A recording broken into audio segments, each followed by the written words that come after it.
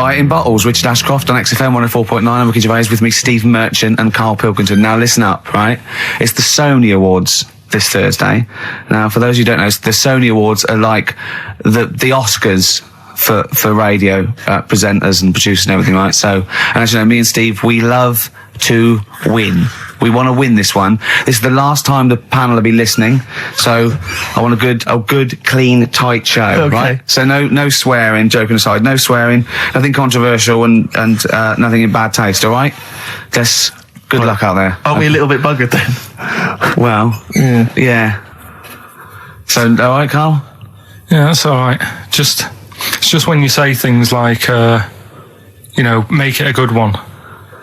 Sometimes it sort of puts a bit of pressure on and things slip out that you shouldn't say and stuff like that. Do you know what I mean? Have you ever had that? What, when you can't? It's like, I'll tell you one story, right? I'll tell you a couple, actually. That one's just come to mind right now, right? There was a fella who my dad was going to meet. I don't know if I told you this before, right? But I have told you, when it was a party and everyone was saying, Dave's coming, he looks like Ken Dodd. But don't say anything, have I told you? yeah, go on, what is it again? And everyone's like, right, and my dad's like, I've never met him, I wonder if he does look like Ken Dodd. And everyone's saying, yeah, but don't say anything. Yeah. Because you'll accidentally, say it and... Young Bunches, you might go, Young Bunches to meet you. So the thing is, when this fella turns up, he did look like Ken. My dad couldn't believe it. First thing he said, nice to meet you, Ken. Oh, no. His name's Dave. And that's the sort of thing. There was another one, right? At a station that I worked at in Manchester, right? There was this girl who worked in the newsroom, right? And she had a plastic arm, right? Right. And this presenter, nice bloke, he didn't, he's not out to hurt anyone, went up to her, sat down, was chatting for a bit, touched the arm, said, what lovely skin you've got. What did she say? I think, she's probably used to it, so she wasn't bothered. And then, right, this is brilliant. This is a sort of gaff he made on air, right? And like I say, he's a nice bloke, so he meant nothing by it, right? But he does this competition on the air, gets a caller on, right? And he's talking to the woman saying, thanks for calling in and to play, I don't know, what have I got in my pocket or whatever they used to play on the show, right? And talking to the woman, in the background there's this noise, right? Like that, right? So he's talking and he goes, have you got a pet parrot? She said, no, it's my Down syndrome kid. Oh dear.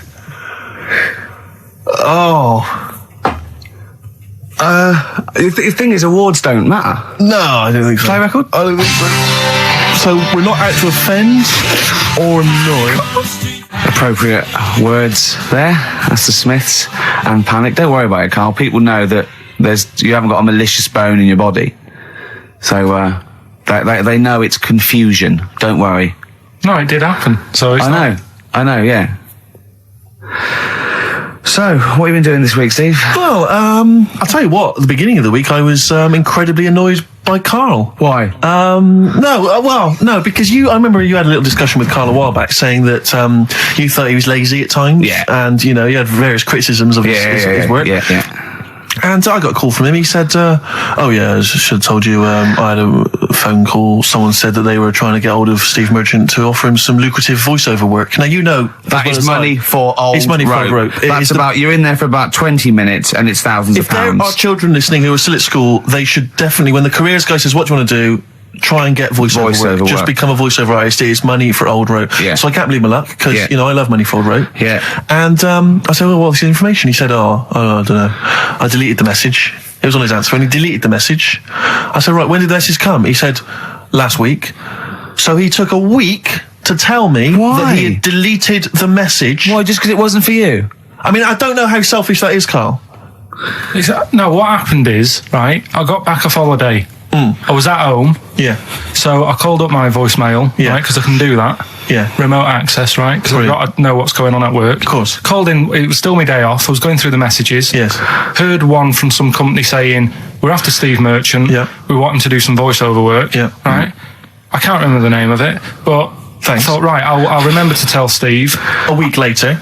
It doesn't matter, does it? You still got the message, and they What message? Yeah, but voiceovers have to be done in the next couple I of didn't days. get the message. All I got was there was a company, I don't remember the name, and they phoned you. They wanted voiceover. How does that help me?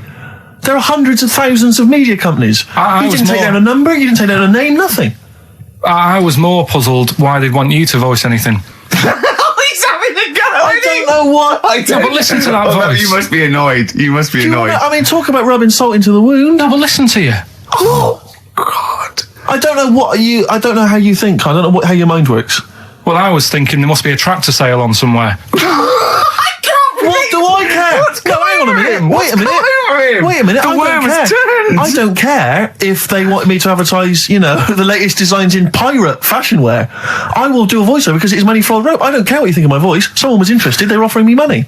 And you decided arbitrarily, they probably wouldn't want it. They probably made a mistake. They wouldn't like the way he talks anyway. I'll delete the message. No, the thing is, right, What if I'd been a girl? I get paid to sit here on a Saturday, right?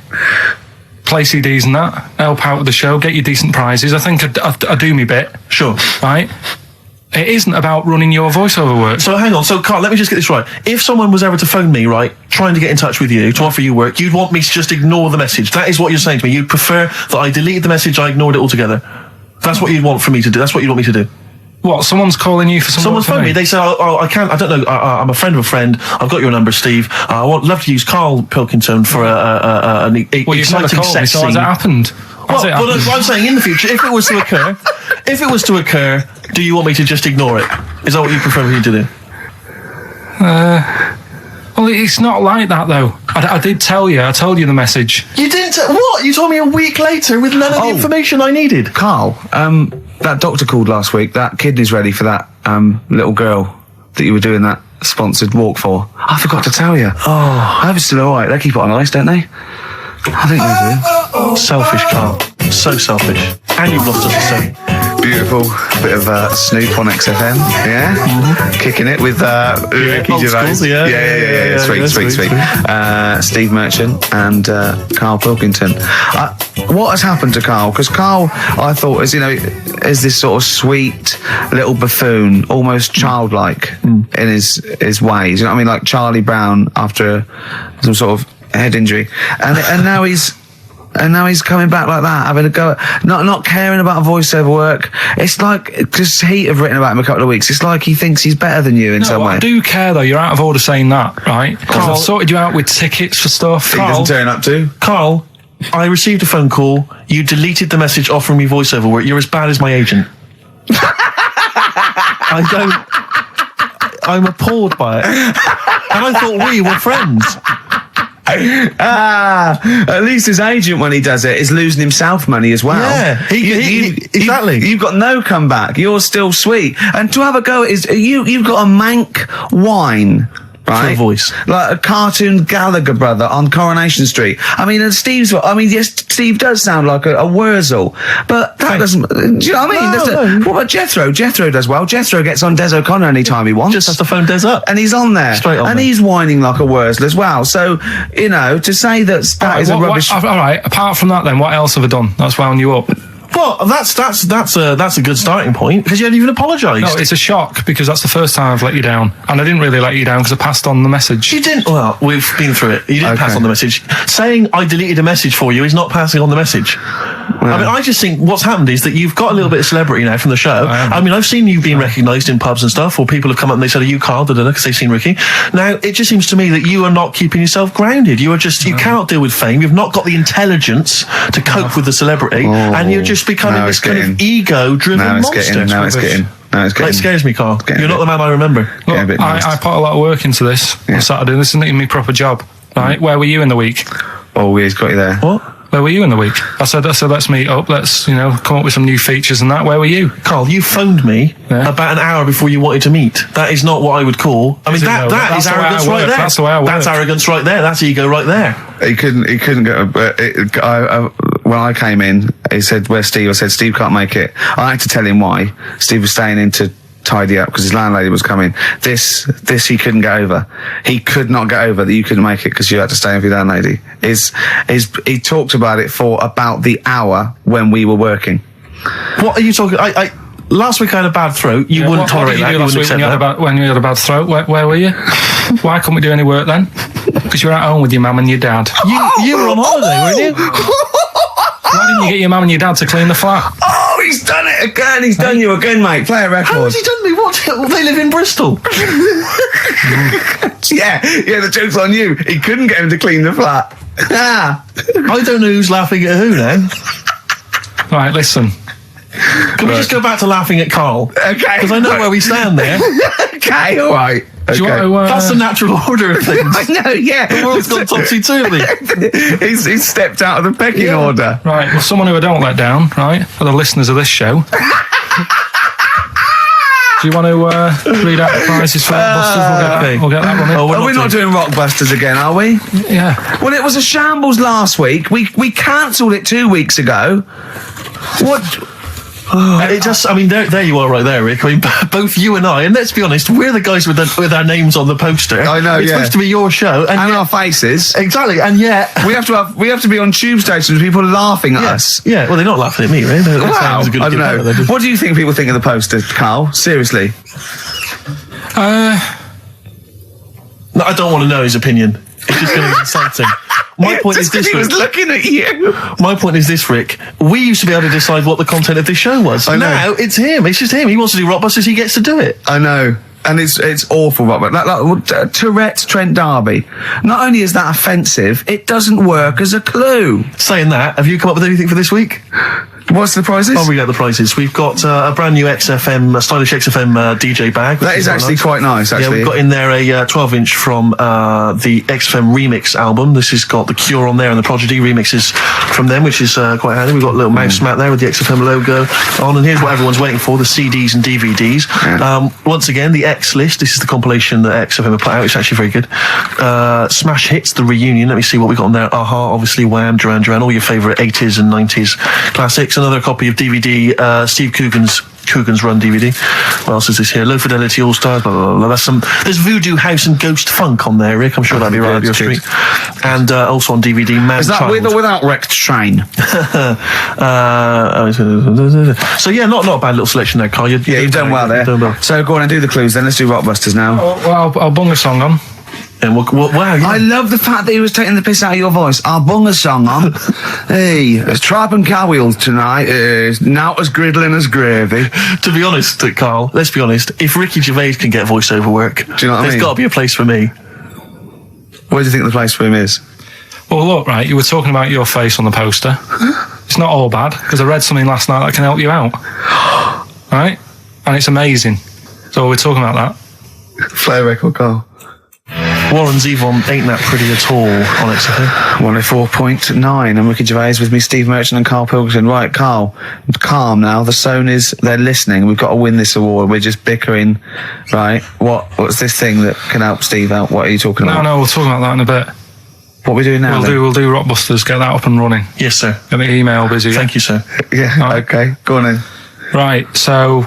You know how it works. Cryptic clues, initials. Well, as I say every week, they're not strictly cryptic. It's more, what am I thinking that starts with these letters? Is craptic a word? Is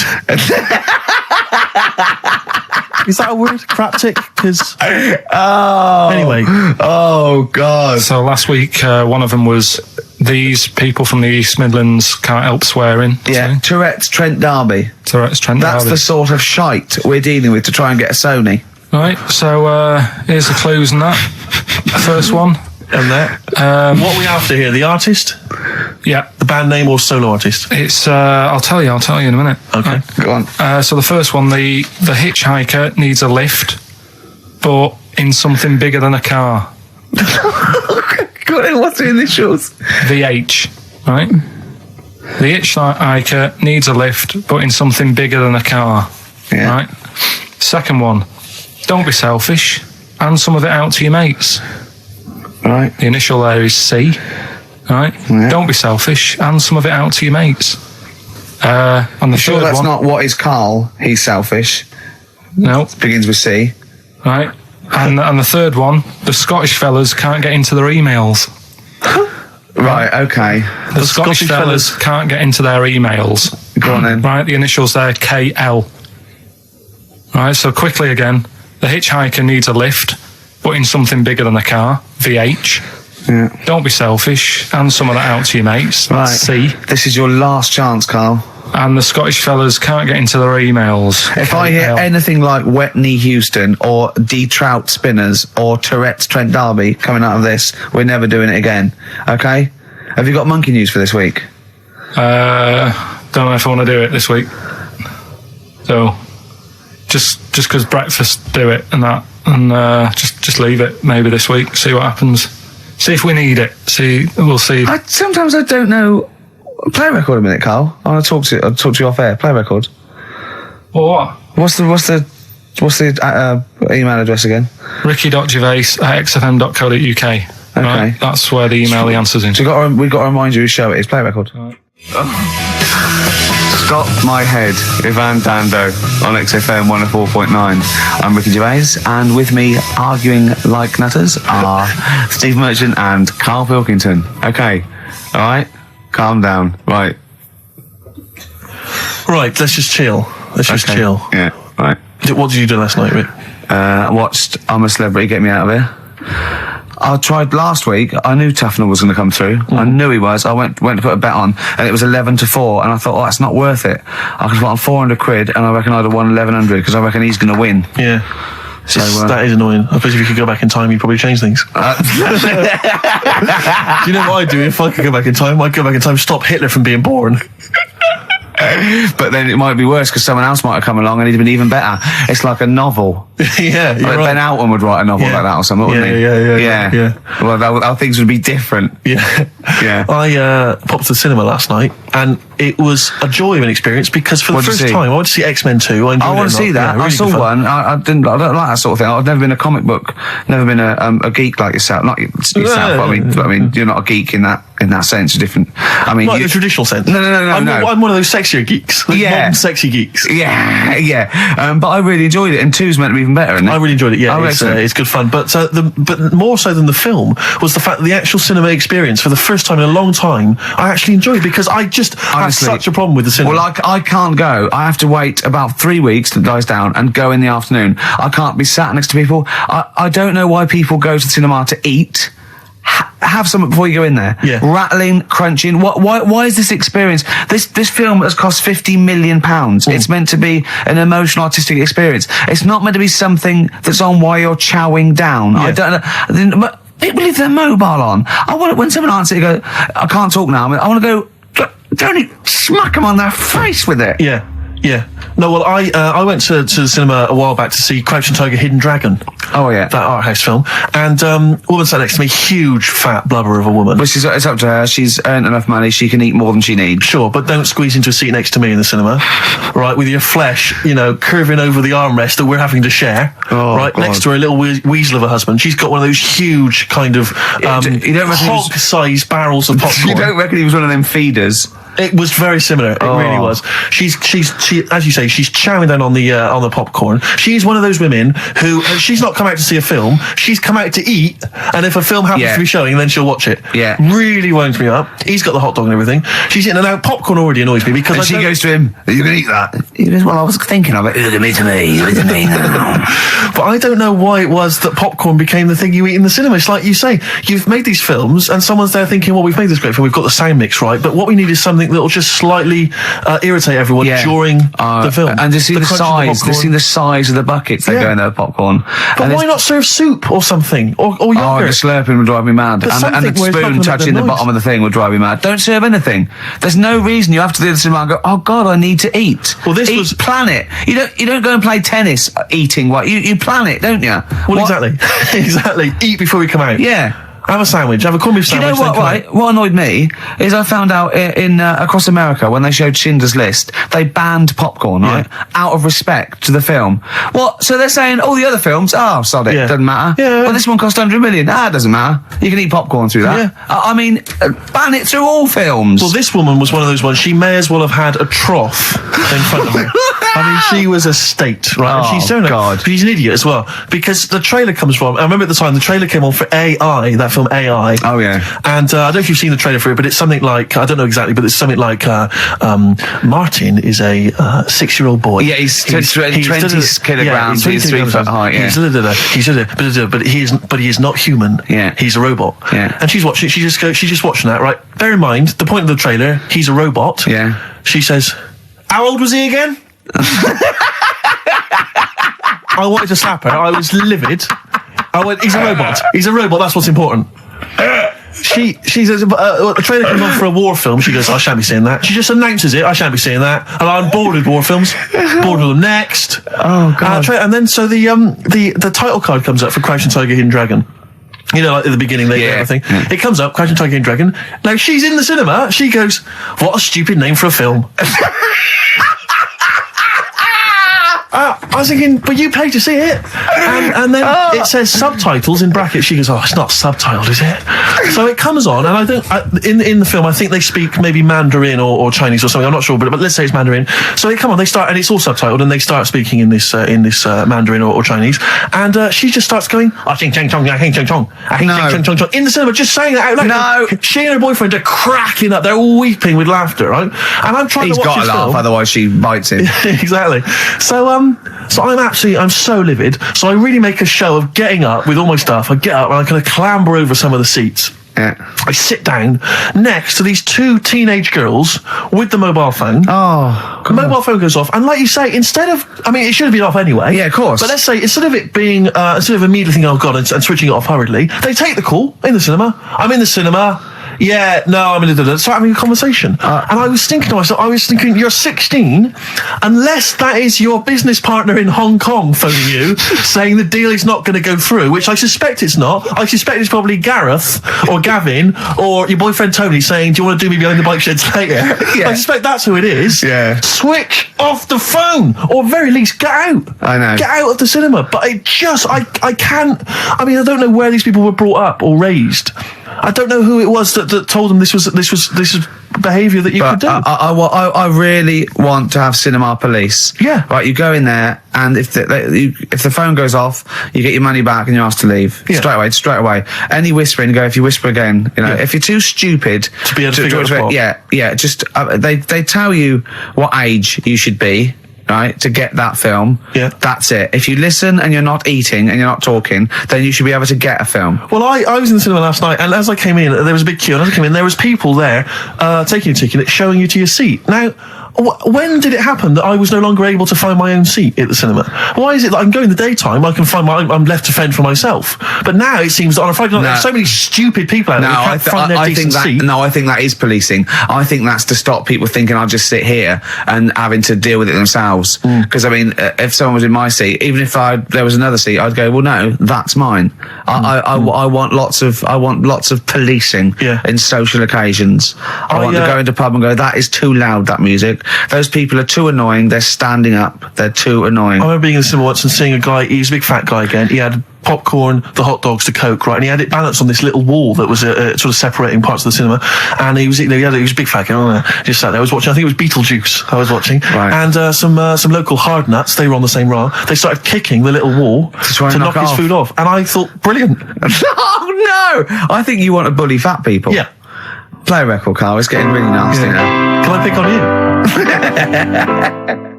50 Cent in the club on XFM 104.9. I'm Ricky Gervais. With me, Steve Merchant and Karl Pilkington. Still arguing, this time about having help from your mum and dad. What do you think, Karl? No, I'm not. I don't want this to turn into some sort of wacky type of thing where we're pretending we're arguing. Yeah. Well, we're not pretending. We're not pretending. You are arguing. Yeah, I know what people will think we're messing about. Oh, right? I wouldn't have thought so. We just need to... We can talk about it later, sort it out. Yeah, it's just that Carl's a little bit stressed. I'm not stressed, though. And he doesn't really understand that, So, me and Steve have got lots of different jobs in the week. He's just got one job. Yeah, and we sort of rely on people getting messages to us, as soon as they get them, and not sort of deleting them from their phone selfishly. Yeah. Just things like that, people being on the ball. Not just thinking about themselves all the time, not just thinking about number one. What do you think, Carl? Whatever. Do you know what I mean? Whatever. don't get all maudlin again. Just having a little discussion. Yeah, this will annoy you. Guess what? Think of this, you little slaphead twat. Apparently, that's Sony's ours. Right, apparently, women can get bald treatment on the National Health Service, but men can't.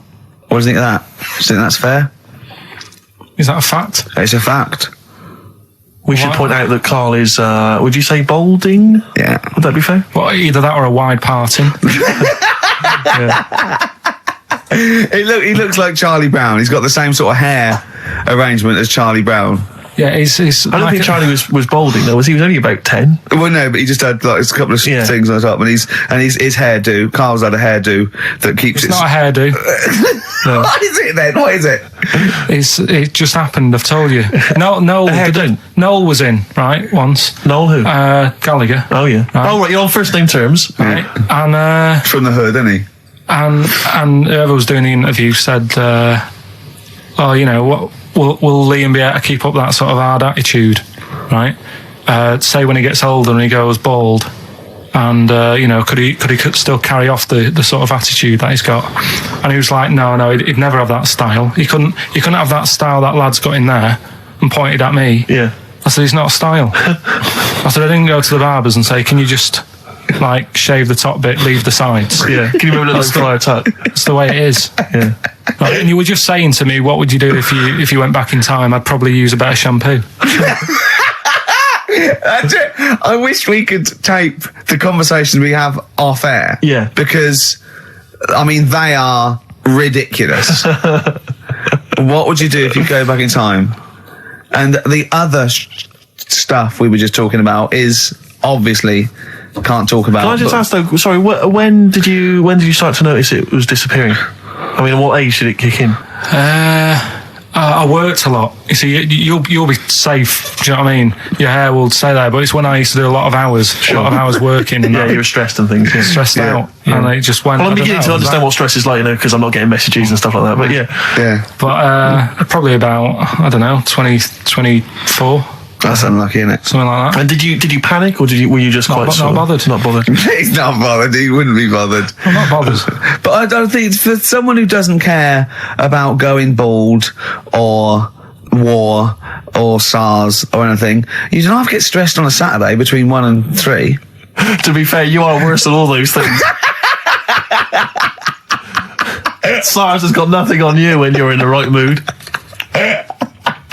But why is it all right for women then to, you know, have a wig? But I couldn't have one if I wanted one. Well, there's not a wig. They get bald treatment. They actually can get their hair replaced on the National Health, which might be anything, I suppose. Which might be wigs, which might be transplants. I mean, the only cure for baldness is a transplant, which they literally take follicles. They can get down to individual follicles now from the back of your neck, and you know it takes a long time. And you know, but well, people will know anyway, won't they? I don't know when it starts though. I don't know when it starts. Like now, if you started wearing a wig, people go, "Were you wearing a wig because you were bald yesterday?" Yeah. You can't start thinking, right, I'm going to go bald in a year. I'll start wearing a wig now. That's the thing to do, isn't it? It is really, if you're that bothered. But I wasn't. I just thought, right, it's losing it a bit. Shave the lot off. But did you know you had that round head underneath it? Did you know it was going to be that funny though? You presumably worn a wig, wouldn't you, if you'd have known? Because I've never seen a head that round. I think the barber, when they did it, right, the woman said, "You can pull that off. You've got a good shaped head for having it shaved." She said, "That's a good head." Yeah, she looks like a tennis ball. You look like a tennis ball when you haven't shaved. She said, "If you can pull it off," she said, "that's like a good thing to see if someone's good looking. If they can have a bald head, it's like Sinead O'Connor, yeah, right? She can pull it off. There's those sort of things. Do you know what I mean? Telly Savalas. No, but that's like one of the things. If you look good with a bald head, that means you're pretty good looking. Yeah. And if you can wear a bicycle helmet and look good, that's another thing that like you must be pretty good looking to pull that off. But who have you seen in the bicycle helmet that you think's good? Who have you seen in a bicycle helmet and thought, oh god, they must be good looking? They're good in the bicycle helmet. Well, everyone. That's what I'm saying. Who? No one looks good, do they? Really? It's So what would you say? Brad Pitt would look good in the bicycle helmet? Well, I don't know. I'll have to see. But I'm just saying that's like one of the two things really. That's. And what blokes do you think look good bald? Who do you think would look good bald? Don't know. Give me some names and I'll tell you whether they'd be all right if they're bald. George Clooney. No, I don't think he does. I don't think he would do. Who else? Well, this could run and run. Al Pacino. Yeah, he could probably pull it off. He'd probably look all right. Do you think he looks alright with hair then? Yeah. Oh. Well done, Rick. Sony Award-winning stuff. Play a record. And there's Carl going, oh, he's stressed. Wild Wild Horses by the Rolling Stones on XFM 104.9. I'm Ricky Gervais, with me Steve Merchant and Karl Pilkington, little bald-heady Karl Pilkington. You quite like being bald, don't you? No fuss. Like I say, you know, I'll probably won't age for a bit now. Won't age for a bit? What do you mean you won't age for a bit? Because I already look quite old. I don't think so. Not with a hat on, you look really young. Yeah. Oh, I'm just saying. So I won't change that much. It's like that. I don't think there's anything wrong with it. I actually don't think, as long as you shave it straight back, I can't have you on that. Nothing wrong with it. But that kid who had that aging disease, just shave her head, and she wouldn't age that fast anymore. Do you know what I mean? So this is the 5-year-old girl who had an awful disease where... Well, we don't know much about it, to be fair. No, we just know that you fell in love with the title of the programme, the girl that was older than her mum, right? And you were annoyed that people wouldn't serve her fags and alcohol.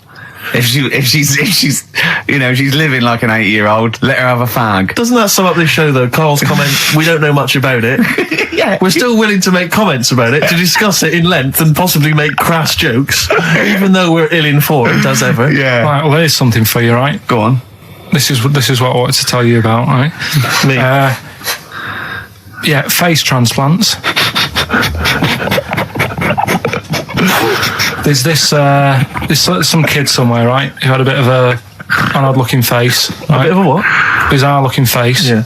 And there's a doctor somewhere who said I can sort that out for you, right? Sure. And basically what they do is they've got to get a face off a dead person. Right.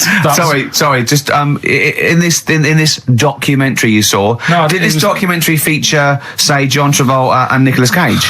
Was it that documentary you saw? All right. Listen, you see.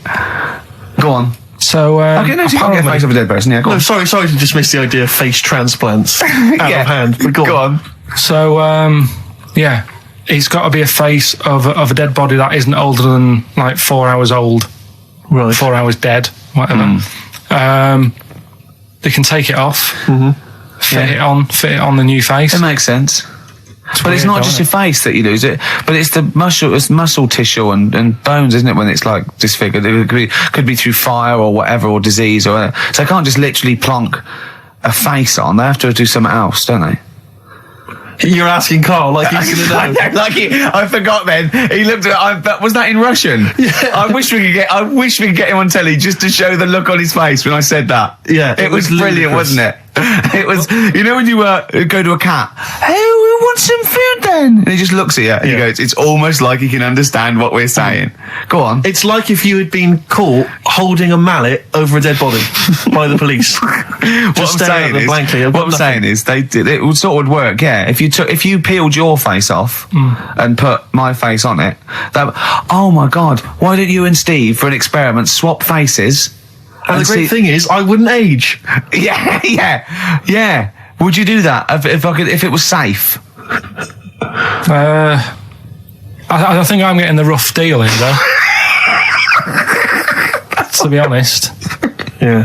Well, no, you get some money back. It'd be part exchange. I mean, it would, it's like you'd make up the difference just to wear your brilliant face for a week. But the doctor was saying how it's not complicated.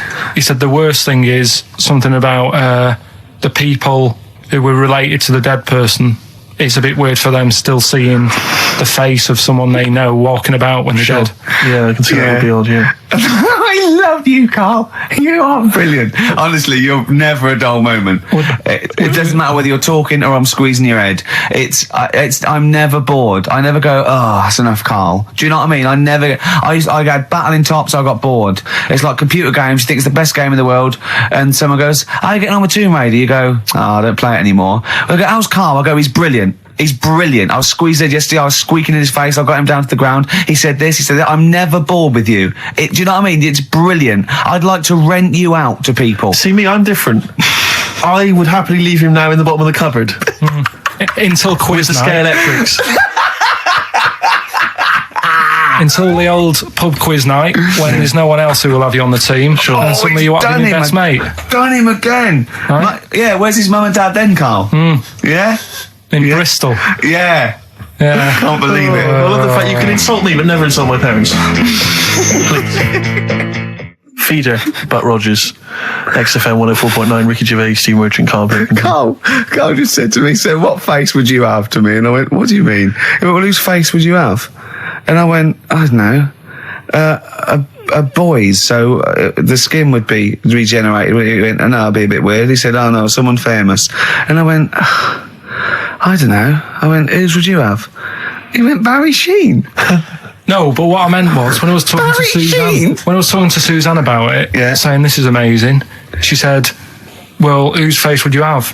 Right. Now, it's got to be fairly recent to have the skin fresh, because it can't be too old. Right. So I had a choice of, like, Barry Sheen, or what's her face off Last of the Summer Wine. Who? Who's the old woman who just passed away? Thora Hird. So that's what I meant. If I could have any face, because she said, well, you could have had Tom Cruise or something. I said, well, he's not dead. She said, no, but you could have had that. You'll give yourself restrictions in your fantasy. So like, look down to your picture. I love the idea that someone getting you a call. Mr. Pilkington. Hello, it's Dr. Hanrahan. Barry Sheen has just passed away. And you go, oh dear. Yeah, bad news and good news. Do you want his face? Or do you want his face? Does Suzanne go out with you, like, for charitable reasons? I love Is it like you can adopt a boyfriend? I love the fact that she encourages you. She was saying about Tom Cruise, and I was like, oh, you know, she said, you know, he's not a bad looking fella or whatever. So, well, what she's saying is, Carl, is there any chance you could go and get a different face? Maybe something like Tom Cruise would be good. Then I was saying, right, first of all, he's got to be dead, and he's not. But if he was, and you had that done, would you feel like people were looking at you on the tube? Well, no, like, say if the people who made Mission Impossible said, well, we want to do a third one, would I be in my right to say, well, I don't want to do it? I don't know what he's talking about. I don't mean to be offensive, Carl, but your girlfriend could do a lot better than you.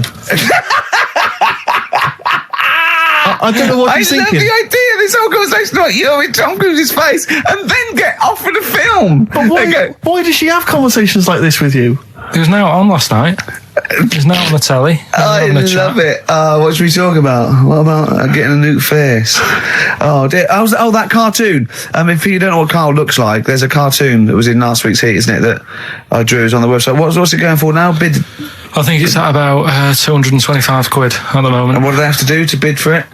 Just email in and I'll pass it on to the website people. I know why Heat put it in. It's because the editor, Boyd Hilton, looks a little bit like you, doesn't he? Sort of my ugly brother. He's probably listening and he says nice things about you. Yeah, he can still say nice things, but I bet he knows deep down. You know if you're good looking or not, don't you? I can't believe Come it, on, Steve. I mean, what do you think? This is going crazy now, Carl. I don't know. You're just, the insults are flying left, right, and centre. You've got no limits. You've just gone crazy. You've just gone wild. You're swanning around just because you look like Tom Cruise. I think it's because he's been hanging out with Christian O'Connell. Yeah. And they're both thinking, we're a couple of media players. Yeah. Too big for their boots. Yeah, not scared. Although he's scared of Christian. No, he's terrified. He's scared of Christian in here because he's not allowed to do monkey news. No, because Christian wants to do it. He's scared of him. I'm not saying that, right? Christian. You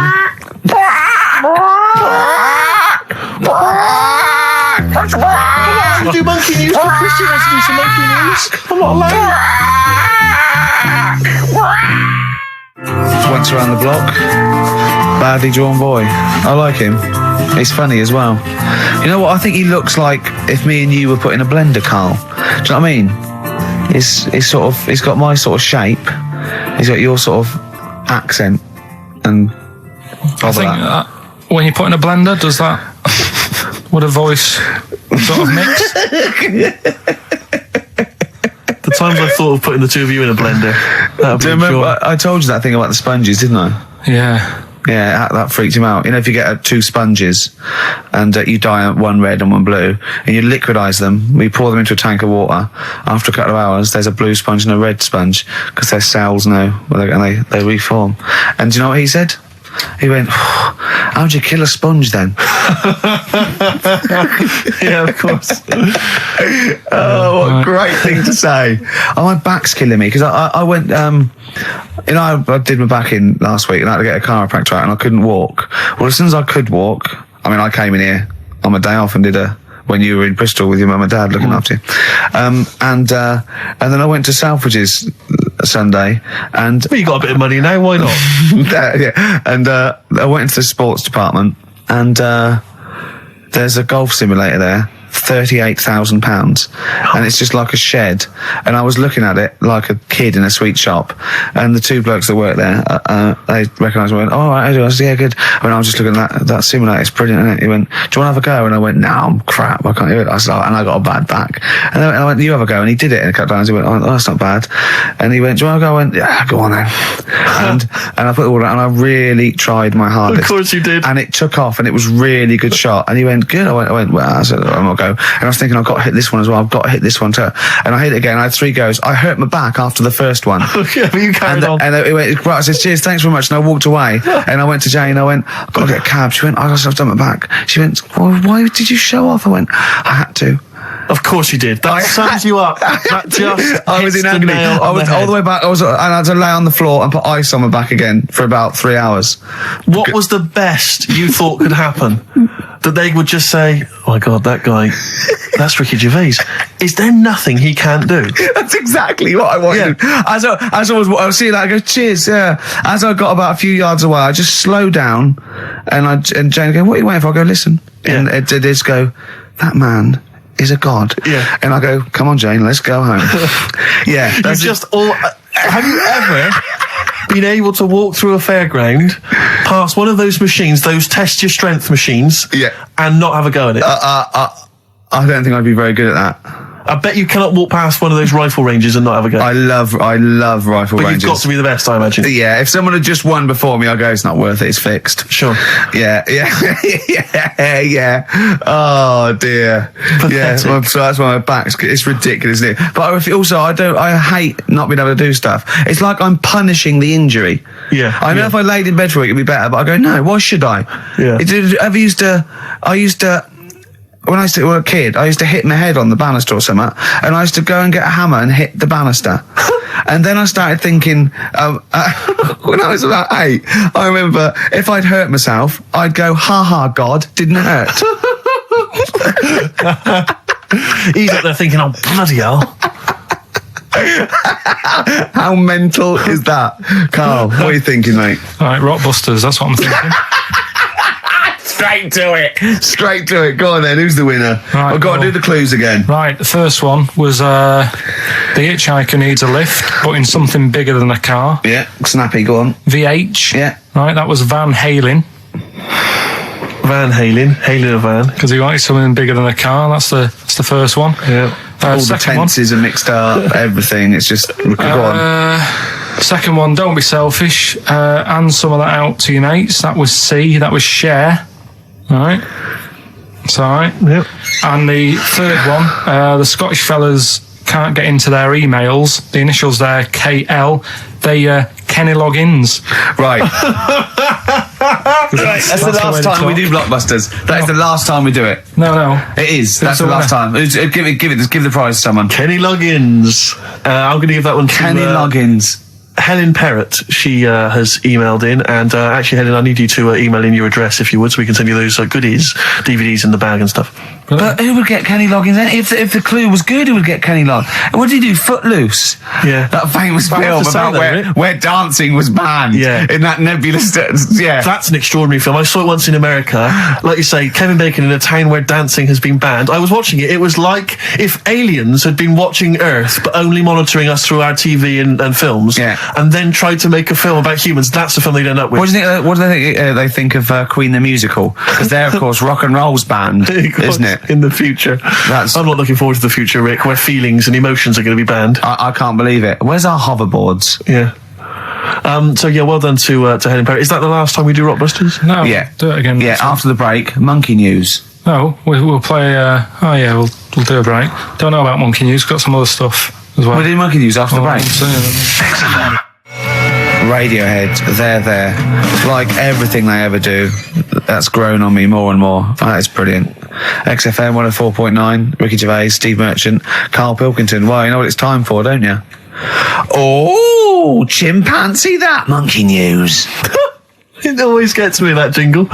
It's a joy. What's more, please? Well, Carl, do you reckon you could sort out to whether our people have real jingles with their name on it and don't have to say who's in the room, what's happening, and do their own jingles? Well, Christian's got one for it. For monkey news that he does. Why is Christian doing monkey news? I don't understand this. Because he did it ages ago. So you ripped it off of Christian? I haven't ripped it off. I said to him, there's enough monkey news to go around. Right?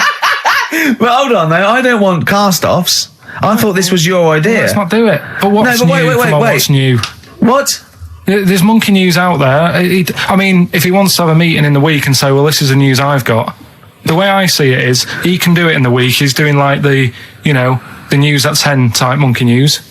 We're on a Saturday. We're like the, Jeremy Paxman monkey news night. We look at stuff more in depth. Well, you very much get behind the monkey news, it's true. Yeah. You sort of interpret it. You give it your own spin. You're the man behind the monkey behind the news. I mean, I know that. Yeah. But ours isn't called monkey news anyway. It's sort of generic term like the news. But ours is called chimpanzee that, isn't it? Yeah, but he's seen a bit of monkey news in it. Right. So are we doing it or not? Well, I've got no reason to stop doing monkey news. He probably played Radiohead as well. Well, should we not do that? I said that David Attenborough did monkey news before all of us. Do you know what I mean? But I personally don't listen to Christian because I don't get up that early. So, I'm missing out on a lot of monkey news. I'm not saying I don't listen to it because I don't get up that early. I'm not saying it's a bad show. My point is this. There's a lot of people I imagine who don't listen to monkey news in the week. Perhaps they miss it or they're busy. It's nice to have a little kind of omnibus monkey news at the weekend with Karl Pilkington. So that's what this is. So we're doing it then. Let's play the jingle. Oh, chimpanzee that monkey news night. Excellent. Good. So we'll sort of get some monkey experts on maybe next week to dissect it. Right. Are you ready? Yeah. Right. There's this monkey. Right? Oh, yeah. It's called Jack. Yeah. Right. I got pally with this bloke who worked in a railway station. How? Pen pals? I don't know. I didn't say all that. Internet, I'm just telling you. I'm not sure. Chat rooms on the internet. So anyway, he's helping him out all the time. It's this fella's job, right, to sort of make sure it's safe for the trains to come in, that sort of thing, right? But he's always working on his own. So he's got his mate Jack in with him, right? This little monkey, and they're having a good time. They share lunch together and stuff like that. Anyway, it gets to a point when the fella whose job it is, right, starts getting old. And Jack, the monkey, starts getting more involved. Presumably this is a chimpanzee as opposed to a monkey, you mean? When you say monkey, it's generic term, you mean chimps usually, don't you? Yeah. Go on then. So, he's clocking the fella doing his job and he's thinking, I can do this, right, the monkey. I love it. Yeah. He's helping out, he's pulling down the levers and stuff, so the train's sort of coming on the right lines. Sure, yeah. He's clocking it, he sticks his head out of the little window, see the trains coming and that. I hope British Rail are listening. Yeah. Right? In the end... Oh, yeah. The fella whose job it is, he lost a leg for some reason, couldn't work anymore. Lovely. Gave Jack the job. Yes. Right. Okay. The railway company are happy with that. I'm sure they interviewed a number of people, but he was the best monkey for the job. And that's good, isn't it? Well, it's not true. Right, once again. Well, it's not true. Don't hand Steve a piece of paper that someone put on the internet who is probably a bigger mentalist than you. That's not proof. It's not true. At no point did a railway company give a chimpanzee the job of signalman. It was ages ago. What? Steve, when was it? It was before trains, probably. Well, it's in the 1880s. Yeah. According to this piece of paper, which is what you've based your monkey news on. Now, of course, I think ITN and a lot of the news channels, they tend to get lots of independent confirmation of their news before they give it out as fact. But you've got an email from someone, so let's assume that's real. It says, for this, Jack was officially put on the railway payroll, earning 2 cents per day and have half a bottle of beer on Saturday. That's what we pay you, isn't it? He doesn't even get the beer.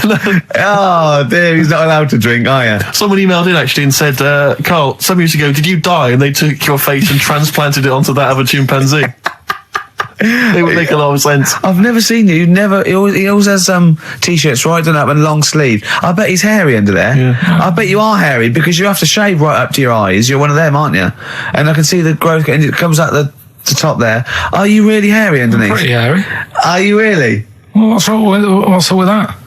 You're a humanzee, aren't you? That's why you're fascinated with them, and why your IQ is sort of about 80. I think you might be. You might not, I don't mean there was any. I think it was a genetic sort of throwback. Well, you're pretty hairy. Look at your arms. What? Just look, give me that banana and shut up. Play a record. That's mine.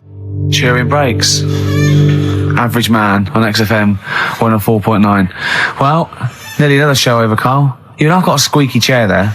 Why don't you sort that out? Have it oiled. What do you do in the week? Do you know what I mean? Can I just nominate a woman that annoyed me today? Go on. On the tube. I got off at Piccadilly Circus. The sign says mind the gap. Big sign saying mind the gap. Voice on the tannoy says mind the gap. Woman steps over the gap, goes, oh, that's dangerous.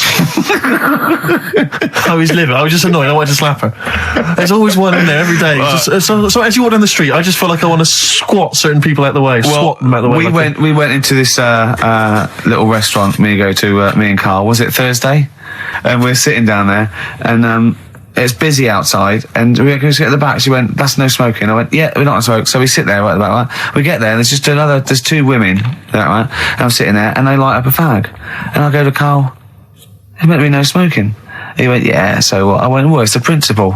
The rules are there. He goes, rules? You say twat, muff, and shit on air. Never mind rules. I went, well, they've annoyed me now, right? Yeah. So the waitress comes over, and he goes, oh, God, he puts his head down. I said, I don't know why I said it like this. I went, I thought it was just no smoking. Of course, right? Yeah. She went, it is, yeah. And I went, right, okay, well, they're smoking. She went, oh, well, you'll have to move then. I went, what? She went, do you want to smoke? I said, no, I don't want to smoke. I said, they're smoking over there, right? Try not to. And she went, oh, well, I told you. I said, no, I don't want to smoke. They're smoking. She went, oh, right. And I got to move, didn't I? See, that's what a little snitch. Yeah. But it annoyed me. Do you worry, though, that someone's going to look around and go, it's that Ricky Gervais off the telly? Yeah, well, I can't complain now. So if I go in, I get bad service. I can't complain because I think, oh, look at him. He thinks he can complain. So I have to do it secretly. Yeah. You know what I mean? But, there was, oh, God. Right.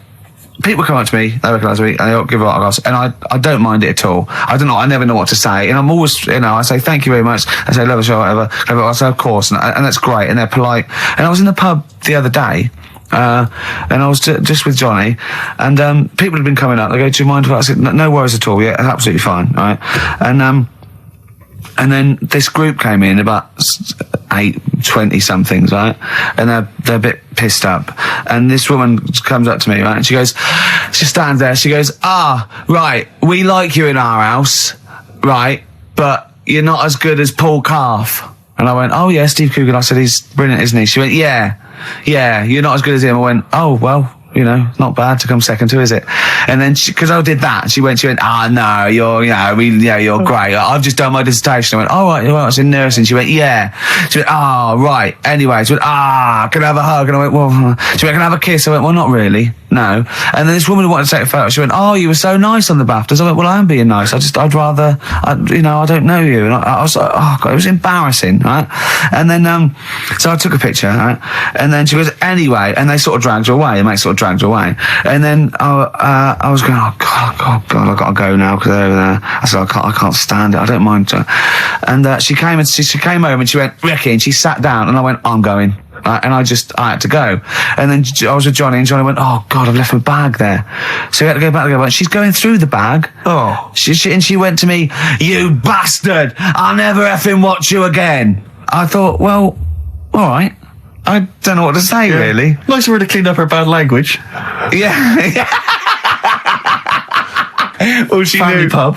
I know. She No, knew. I got no time for it. I just think it's I know. out of order. You know, I mean, this whole sort of notion that if you're a celebrity, you're public property. I discount it. They go, people, you know, what you hear people say, "Oh, it's me who put you where you are today." And I think, well, yeah, thanks for watching, but we made the show and everything. I know. We put it on the TV. It's not like if you get a plumber round, he does his job and work for you. You don't go around his house and hassle him. It's not. I don't seek it. I don't. You know what I mean? I don't phone up the. But you know what I mean? I don't try and get on the telly and everything. And I refuse to. I don't go to showbiz parties, but I refuse not to go to the pub with my mate. And I just seek out. There's fewer and fewer pubs. And I just go to the quietest. You know, one old bloke and a dog. And it's sort of like. But most people are really. I love it. brilliant. Honestly, But- people but- who come out and they're polite, and I but chat. I say I drunken love the people, show. it's like it's they're- alcohol. It's alcohol. Yeah, I know. It's just. Oh God. They mutate into something. You know, and they just. different. They don't understand. Of course, they don't. You know, they're not. They're But to me, doing it's it. the same people who behave badly in the cinema. It's just this breed of person. It just. I mean, I know. can I put them in room 101? Let's do that next week, shall we? What, are we all having a moan? Yeah, go on. Tell you who's annoyed me this week. Go on. If we're making it a little feature. Go on. David Blunkett What's Blunkett been up to? is was reading yesterday. His dog's not been around your house again. No. Causing trouble outside. He's put a stop to people having sex outdoors. What are you doing? What's up with that? If he had sight, would he have stopped it? See you next week. I thought we were not trying to offend anyone. Right, competition time.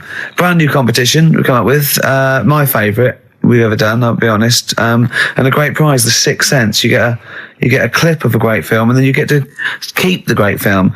Now, I'll just explain this competition. I think Karl is a little bit of a frustrated actor. And so, by the power of technology, Karl takes the role in a film. And there's a question about it afterwards. This is a scene starring Karl Pilkington from The Sixth Sense.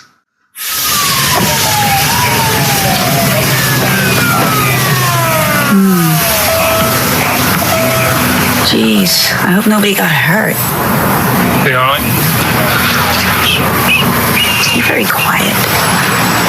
I'm just thinking about stuff. That's all.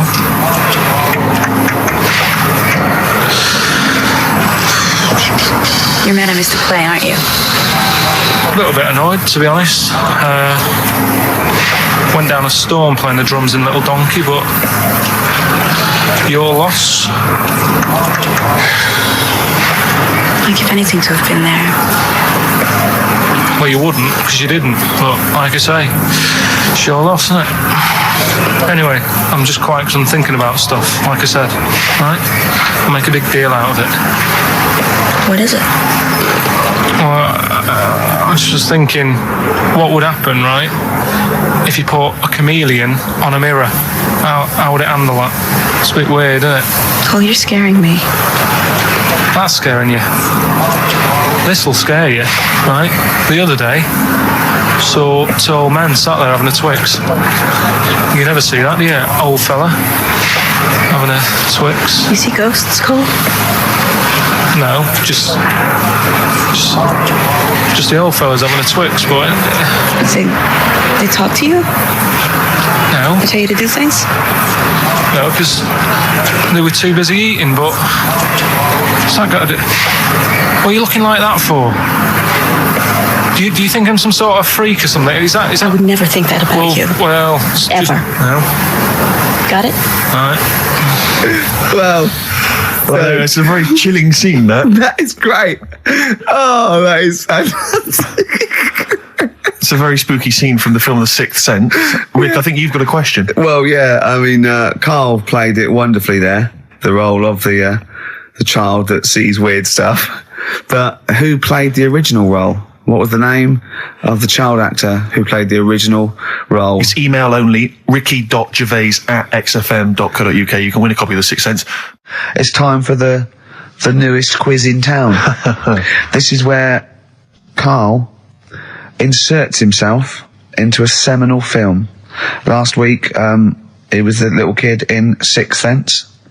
You remember, to great acclaim. The critics loved it. They said a triumph. This week, he's fiddled with The Graduate. This is the scene where, of course,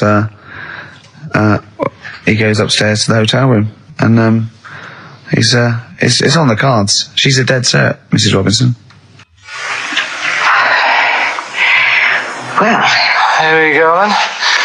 So, you ready for it? I've brought some condoms from home that Suzanne got for Christmas. Benjamin, What? will you bring me a hanger? A what? A hanger.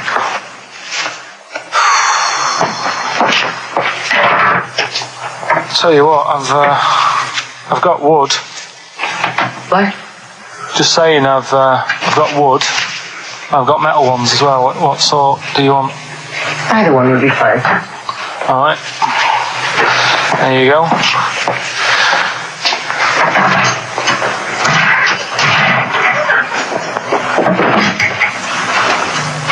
Are you afraid of me? No. No, I've seen weirder things than you. Have I ever told you about the two lads I went to school with who had big heads? Webbed fingers as well. But not related and weren't mates, but both had the same thing, which is a bit weird. Yeah, I'd never found out what was wrong with them. Can I ask you a personal question? As long as it's not about my head being round, because Ricky's always going on about that. He's saying I've got a round head. Well, you can admit that, can't you? No, it's. I'd say it's a normal sort of shape. It's just round. It is, isn't it? Yeah, but what do you mean? So is yours. Heads should be It's round. nothing to be ashamed of. I'm not ashamed. It's just a normal shape.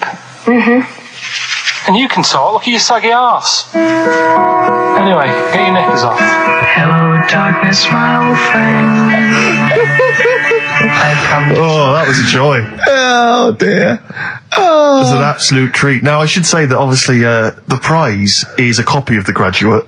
Now, bear in mind that XFM is giving away these prizes. Yeah. Carl is so cheap that he wouldn't even buy it on DVD.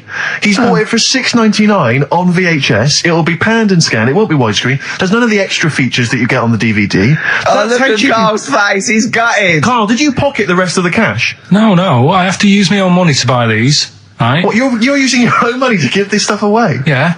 So I had to go and buy that. XFM is so cheap, I I know. understand. Right? I know. And it's not worth having it on DVD, is it? 'Cause Why not? It's an old film, so. So the quality is do you know what I mean? They can't really tidy it up. Of course they can. They do it from a print. They don't do it from the video. They don't get the video and go, let's make it into a DVD. An old Betamax copy that someone had knocking about. Well, anyway, It's you the can. same film, though, isn't it? Fine, okay, well, yeah, you're right. it is Yeah, the same but anyway, film, yeah. you can win $6.99's worth of The Graduate. The question, and it's email only, Steve, it's not Steve, it's ricky.gervais@xfm.co.uk. The question is, name the actor that Carl was taking the place of in the film, and of course the actress that he's performing opposite. ricky.gervais@xfm.co.uk. Lovely. Something else we're giving away. Go on. The Shining. It's just more throwing away, isn't it? Once Is again, it on video? Once again, it's on VHS. Just because you buy it out of your own money, Carl, stop being so mean. And I want to watch it tonight because it's one of those films that So you're going to watch this video and then you're going to send it to someone as a prize. yeah, it's one of them films that Oh, sorry, what you just said yes to that without blinking. Oh yeah. You don't think like Les Dennis doesn't have a quick go in the car on Family Fortune before he gives it away? It costs Jim Bowen has $5.99. a go at those his and her towel racks. It costs $5.99, Carl. Okay, this is Carl in the classic The Shining. And what's the question? Well, we might ask that afterwards. Okay then.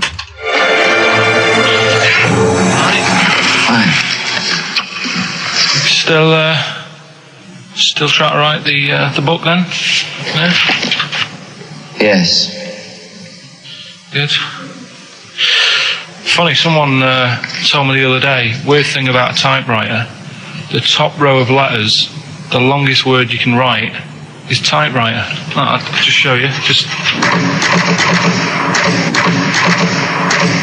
That's weird, isn't it? It's just the typewriter being You're not in the mood, are you? You're in one of those grouchy moods again, that you get into when you're writing. Not being grouchy. I just want to finish my work. Yeah, it's just being a bit funny, a bit offhand and that. Let me explain something to you.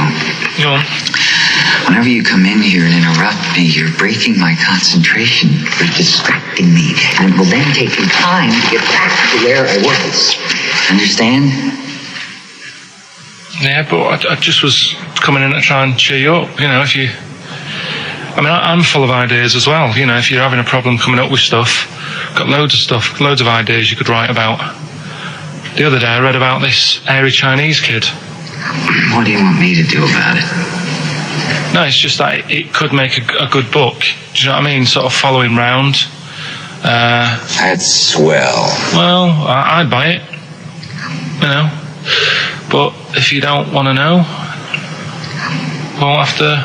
don't bother doing it. But do you know what I mean? It's just airy Chinese kid. It's weird because they're not normally that airy over there.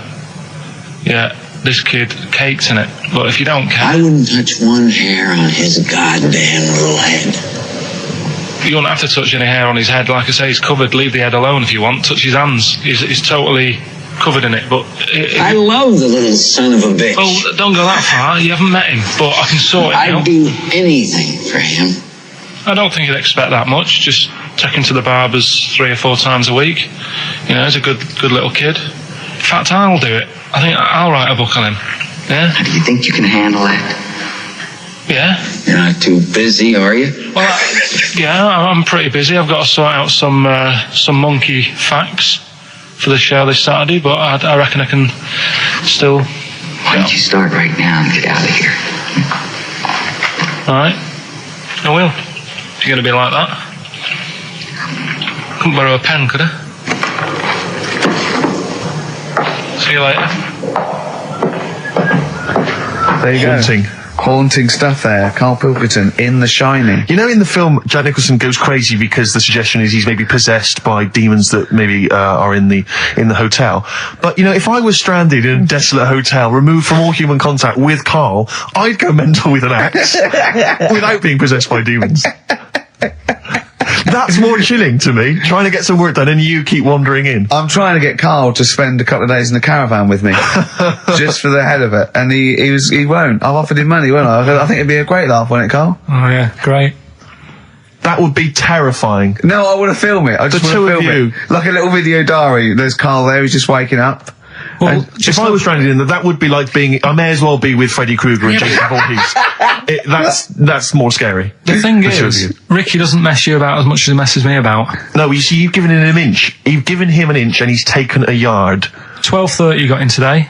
In 30 minutes between 12:30 and 1. The old bin lid on the head. He wanted to do that again. Yep. Squeezing my head, think he had a go at. And karate chop on the back of the neck. Yeah. All in 30 minutes. Who else can say that? Who else can say that? Who else can say? What do you mean? Anyway, have we got a question then? Yeah, to win a copy of, I'm so embarrassed to say it, The Shining On VHS. is worth $5.99 and it will have already been watched by Karl Pilkington, probably not even rewound. Yeah, to win that. Round, and a little bit of tripe and cow eels where it just slipped into his dinner. A barm cake outside. As he was reading the back of the box trying to figure out what was going on. The ingredients. What about this, right? Here's a question. I've got a question. No, go on. No, I want to hear Karl's first. Okay. No, it's about the film. Because when I was whizzing through it, I saw something and thought, oh, that's good. The kid who's in it, he was writing something on the back of a door with lipstick. What was it? Well, that's a tricky question. I can't remember. Nor can I. Alright. So the kid in it was writing Is something that on the going to be back of the too door. hard for anyone? Let's see if... I mean, I wouldn't be surprised if there's somebody... Right, the phones are going, so it might be. Yeah, but this is email, isn't it? All right, Ricky.Gervais at xfm.co.uk. What was being scrawled on the back of the door by the little kid in The Shining? Be honest, if you know that, it means you've probably already got it and you've watched it about 8 times. Yeah. Fair enough, though. Alright. Right, we've got to give away another prize. Yes, you lucky people. For those of you that haven't seen it and do not have the requisite £4.99 to buy it yourselves, you can win on VHS cassette, panned and scanned. Billy Elliot. The special edition includes bonus documentary, The Billy Elliot Boy. Oh, and, I'd like to see how they really sort of made that film. Exactly. Well, it's the hit film Billy Elliot, and you can win that on VHS. Because Carl, I assume you have included yourself in an excerpt from the movie. Taking a scene from the film. Who do you play, Billy? I'm playing the part of Billy. Brilliant. And we'll have a question at the end of it. Come on. Brilliant. 2, 3-part of all way and Alright. Just been down the valley. So you don't know where you... What are you looking like that for? What's wrong with Bally? What's wrong with Bally? Yeah, well, what's wrong with it? It keeps you fit and that. What do you think, Auntie Nora? You think about me doing ballet? I used to go to ballet. There you go. She used to go to ballet. Used to say I could have been a professional dancer if I'd had the training. Bet you were pretty good, weren't you? Wasn't the time you had wind for 5 minutes, was it? But you well glided across. Will you shut up? What's wrong with ballet, anyway? For girls, not for lads, Billy. Lads do football or Well, I've done that, yeah. boxing or... Did that for a couple of weeks, so... Wrestling? Wrestling? Yeah, wrestling, yeah. Oh, friggin' Bally. Well... Don't worry about it, anyway.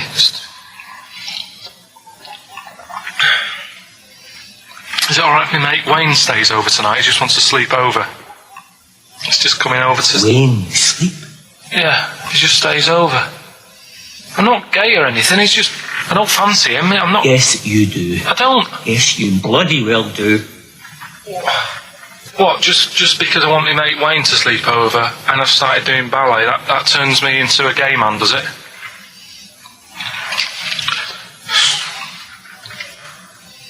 You haven't seen my Village People album lying around. You're asking for a hiding. Just joking, just having a laugh. Just didn't mean... I've had enough in here, I'm going out. No, from now on, you stay here. You look after your nana. Got it? Yeah. Yeah. Alright. Well, there it is. What's the question? Powerful. I'd like to know what was the name of the actor that Carl was taking the role of. Does that make sense? That's not Yeah. grammatically quite right, but Well, anyway, that's yeah. fine. Who was the young lad that Carl was taking the place of there? Name of the actor, not the character. And just email in ricky.gervais@xfm.co.uk. You can win yourself. You've got to be fast. You can win yourself a VHS edition of Billy Elliot worth £4.99 price. I'm going to leave the sticker on, which has actually got the price on. Brilliant. I'll leave that on so you know just what you've got in you. Okay, Anyway, Carl, so here we go. It's an exciting feature that I think will be picked up by Channel 5. It's going to be Karl Pilkington, Do We Need Him? Where Karl goes around checking out animals with top experts, asking whether we need them in the world. Yeah. So, this is the first one. We won't do it next week, but I'm already sorting out the contact. We will be looking at octopus because they're a bit weird. Okay. So that's what you got to look forward to in in 03. Again, if you have an animal that you feel is unnecessary in the world, then email us, and I'm sure Carl will investigate for you. Well, the other thing as well, whilst we're onto that, I want to sort of have a bit of research with me. So when I speak to the bloke or the woman about the octopus, right? I want You want to be armed with response. the facts. Well, sort of response from listeners, so I can say, well, 70% of XFM listeners said we should get rid of them. Sure. Do you know what I mean? Like Jon Snow does on Channel 4 when he does all politics stuff. So if you agree with me, just send an email saying yes. And Well, if you don't- so yes, we should get rid of them. yes, yeah. Or, Yes, get rid of them. Because the house believes always we should get rid of these animals. You're picking animals you want to get rid of. So yes is get rid of them. No is don't get rid of them. Well, and not no, it's Noah, because they go on the ark. The ones we keep go on the ark.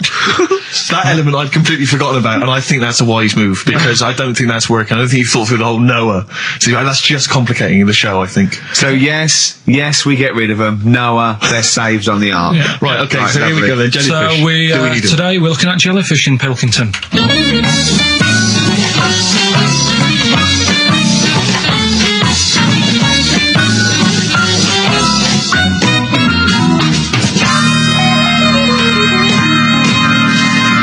Right, I'm talking to Vicky, who works in an aquarium in Anglesey, Yes, it is, yes. Right, brilliant. Today we want to find out if we really need jellyfish. I've got a bit of a problem with them anyway, because I've been stung by one, and I've done a little bit of research into them, so I'll tell you what I know about them. Okay. You might learn some stuff from me. Oh, you never know. And if I'm talking nonsense, just tell me. Absolutely. Yeah. Right. So first of all, they don't have eyes, do they? No, they don't. Right. No. So I'm right with that. No lungs. No lungs. They haven't got a heart. No hearts, heartless. And they're made up of like 97% water. Yes, they are. So they're pretty useless, really. Well, they have got a nervous system. They're actually about 650 million years old, so they've evolved and they've outlived the dinosaurs, and they're even older than the sharks, and they can even outfox us, because NASA scientists have worked with them to try and work out how they operate in weightlessness, and they still don't know how they do that. Took them into space actually to figure out how they did that. Seems like a bit of a waste of money, but do you know Port Maddock? I used to go there a lot for my holidays, and there used to be a load of them washed up on the beach. People on motorbikes used to go over them and stuff. Yeah. Well, we get the moon jellyfish. That's the ones with they've got pink bits in the middle. Yeah, that's their reproductive bodies. I think that was them. I think they're the ones that went over on the bike because you could see pink bits. What do they do? If the jellyfish went, would we have a problem on our hands, do you think? Okay. You might have a bit of a knock-on effect, because things like turtles eat jellyfish. Yeah, but do we need turtles? Well, don't forget that when you take out something from the marine system, something normally feeds on. I mean, they're not just there for the fun of it. Something either feeds on it or feeds on what they excrete. What you're saying is they exist to sort of feed others and also to eat some stuff that's Well, yeah, they control the population of other fish and species that might otherwise be a problem. Okay, well, let's kind of wrap this up, right? The question that I'm asking today is, do we need them? Say if Noah had his ark, right? You've swum and got on the boat. You're all right. You're safe. He's going to keep you to sort of populate the world as well. Right, so it's you and him. He's not a bad-looking fella, so you're happy. Yeah. He says to you, Vicky, do we need him? Absolutely.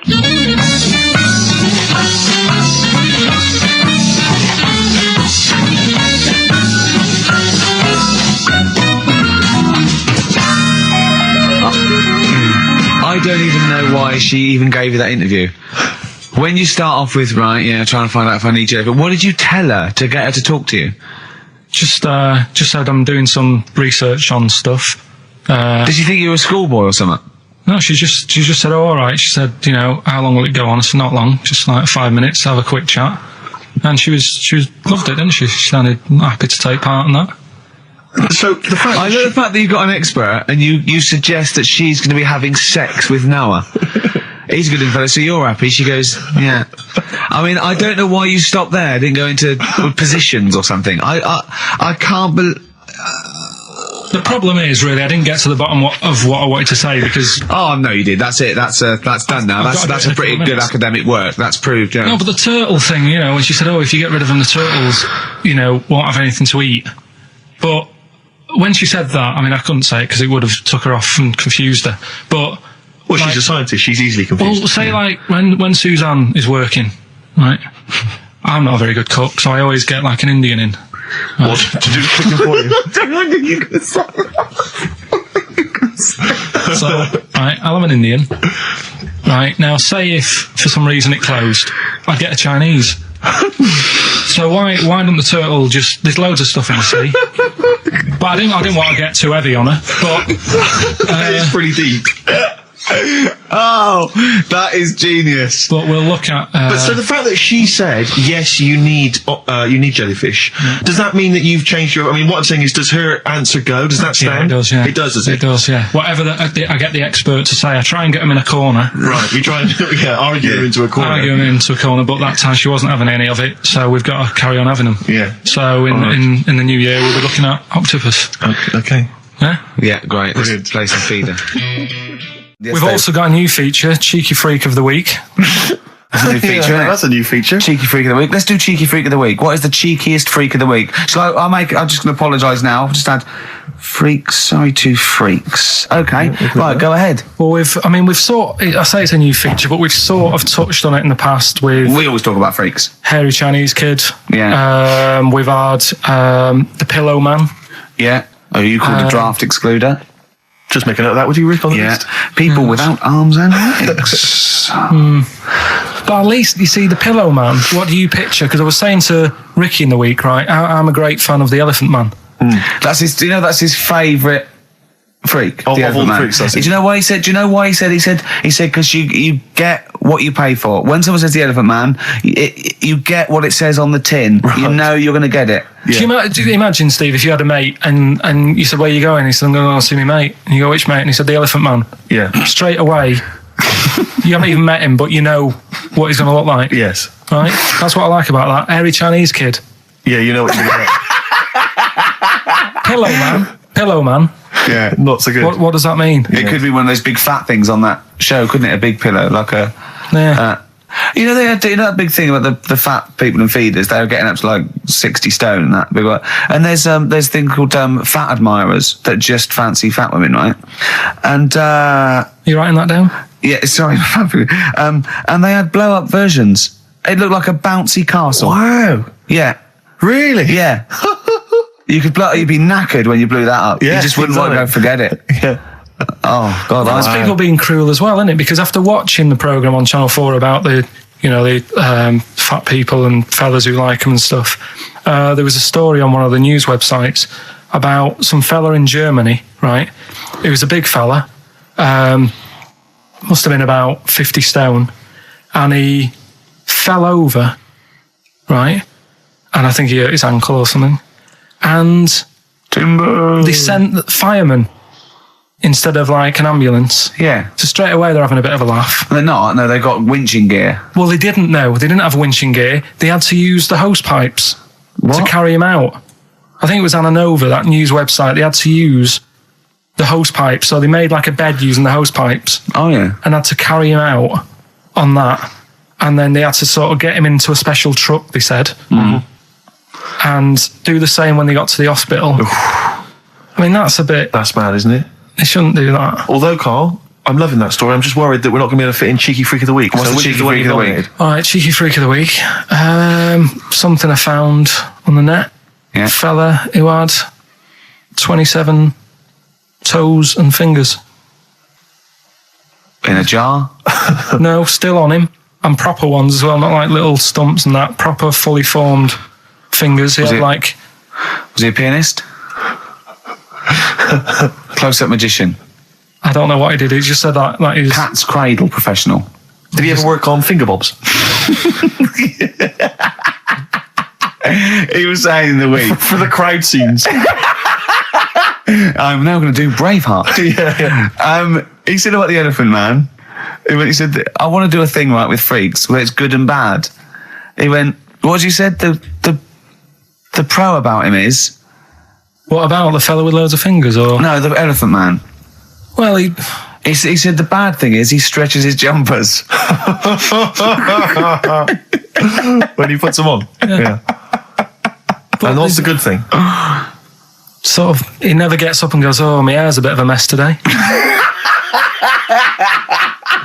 No. He's always having another bad face day. I'd like to complain about this head and shoulders. You're taking the piss. Yeah. Oh, dear. So that's freaky. Didn't you see an elephant woman in Manchester? Yeah, leave that. What do you mean, leave it? No, because it is sad. I know it's sad, but I mean, I don't know what my next sentence is. No, people always that think, should be the end. I don't need to say anymore. People will know what she looks like. It's a good name for her. Did she like buns? Oh dear! It was when my dad was a taxi driver, and he used to sit in the front. Yeah. And she used to get a lot of taxis. Yeah. And he only charged you half price, didn't he? He was a good guy. Well, the bad thing is as well with people like that, you don't want to offend them because they never forget.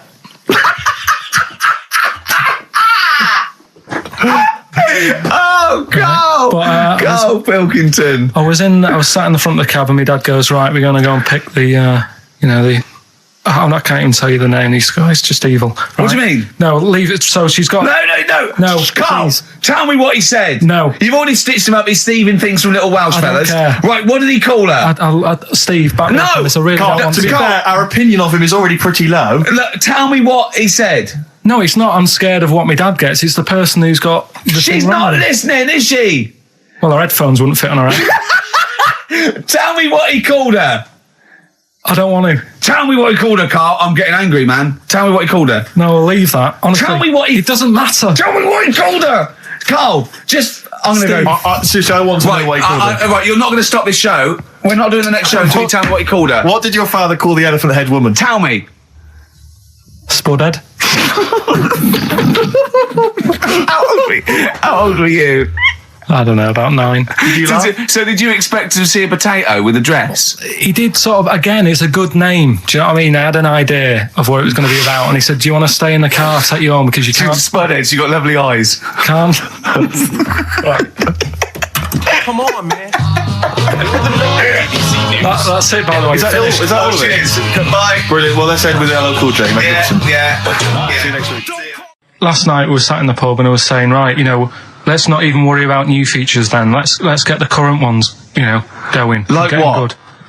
Like the one that I was trying to work out, the cheeky freak of the week. Think of that! Yeah, but I Think was of saying, that, though, as a normal conversation. Yeah, but I'd looked online, right? I didn't find that much. I found, actually, I'll tell you what I found later. Brilliant. We're looking for them, right? And then at one point, I think you said to me, go and, you know, what about the Guinness Book of Records? Yeah, you know, they'll have, like, the best freak in the world or whatever. Yeah, ever. So I said, yeah, bring one in. Now, you've got one at home. Yeah, I got a But you couple. couldn't be bothered carrying that in today, so I had to go out of the pub that I was at, nip into Borders, buy a Guinness Book of Records, out of my own money, $18.99. Yeah. Bring it back, and then you said, I don't know if I want to do this feature. So it cost me 20 quid for that. I had to buy a video for Silence of the Lambs film clip. I'm actually out of pocket at the end of this. Just looking through the Guinness Book. That's still the funniest thing, isn't it? Squeaking at someone when they got a cup of tea. Right. There are a lot of what strike me as seemingly pointless feats. The Guinness Book of Records is right. The Guinness Book of Records is great. I used to love it as a kid. I've had about 10 copies in my life. The last one I bought a couple of years ago, a present. It was really good. I love it. I love the real records: tallest, fattest, thinnest, best, fastest, most expensive, biggest, and all that. But the ones that really annoy me are the ones that. The reason these people are in there for it are the only people that tried. What? Yeah. Balancing the milk bottle on your head. Most watches eaten. I just found that one. Kim Sung-do from South Korea ate 5 watches, the entire watch with the exception of the wristband, in a time of 1 hour 34 minutes. What do you make of that, Carl? Made him regular. Come on. How did they time him? Most live rattlesnakes held in the mouth. 8 live rattlesnakes held by, it just says an idiot. Yeah, this gives you an idea, Carl. Talking of idiots. Do you want to get into Guinness Book of Records? No. Carl, come on, that'd be brilliant. There's things in there that are just absolutely anyone could do. Like that one in Big Brother, I was watching it, and it was balancing sugar lumps. I want to go. How many people try that? If there's schools around Britain going, listen, we've got to get in the Sugar Lump Award. It's grassroots level. There's not enough kids balancing sugar lumps. How can we compete in the world market? I was looking at it last night, and there was one about the farthest that a dog swam. I think it was something like 9 miles, but it had no choice, did it? You know what I mean? They took it out to the Atlantic or something, and so it didn't want to do it. Threw it in the water. Yeah. So it's not alright to put it in a bin bag and chuck it in a canal. No. But, it's for a world record. Yeah. 9 miles it did. Oh God. Possible ones that you could do, Carl. What's the most Forrest Gumps fitted in one wheelie bin? What about this one for you, Carl? The record stands at the moment for most arrows caught by hand, but that's quite tricky. So what about most arrows caught by head? Yeah. And you would just fire arrows at your head? They wouldn't. It would just skim off him. Do you think so? Yeah, the roundness. It would never actually get any sort of, connection. Fastest human crab. Could you do that? I'll do that. Can you form the crab? Can you do that? What's that? It's just like go bending over backwards and I running. can't do that. No. Right, what about what would you be good at? what about hamburger stuffing? Right, Carl. All right. In the mouth, you mean? Well, it says the record for stuffing the most regulation-sized hamburgers, including buns, in the mouth at one time is how many? How many hamburgers with buns in the mouth? This is just... You're not swallowing anything, you've just got to stuff them in your mouth. You'd be so good at this because your shape of your head. You've got a shape... His head's just like Hamburglar. You'd be good at this, man. Yeah. Honestly, you'd be perfect. You look like Zippy. And the great thing is your head's empty, so you could get more in there. Do you know what I mean? This guy had a brain to contend with. Do that. What is it? Is it possible? Is it mental? How many do you think it was? There were 3 burgers in buns. What do you reckon, Carl?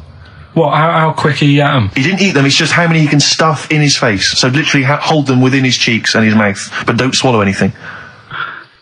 So what, how many burgers? How many burgers did he manage to get into his face?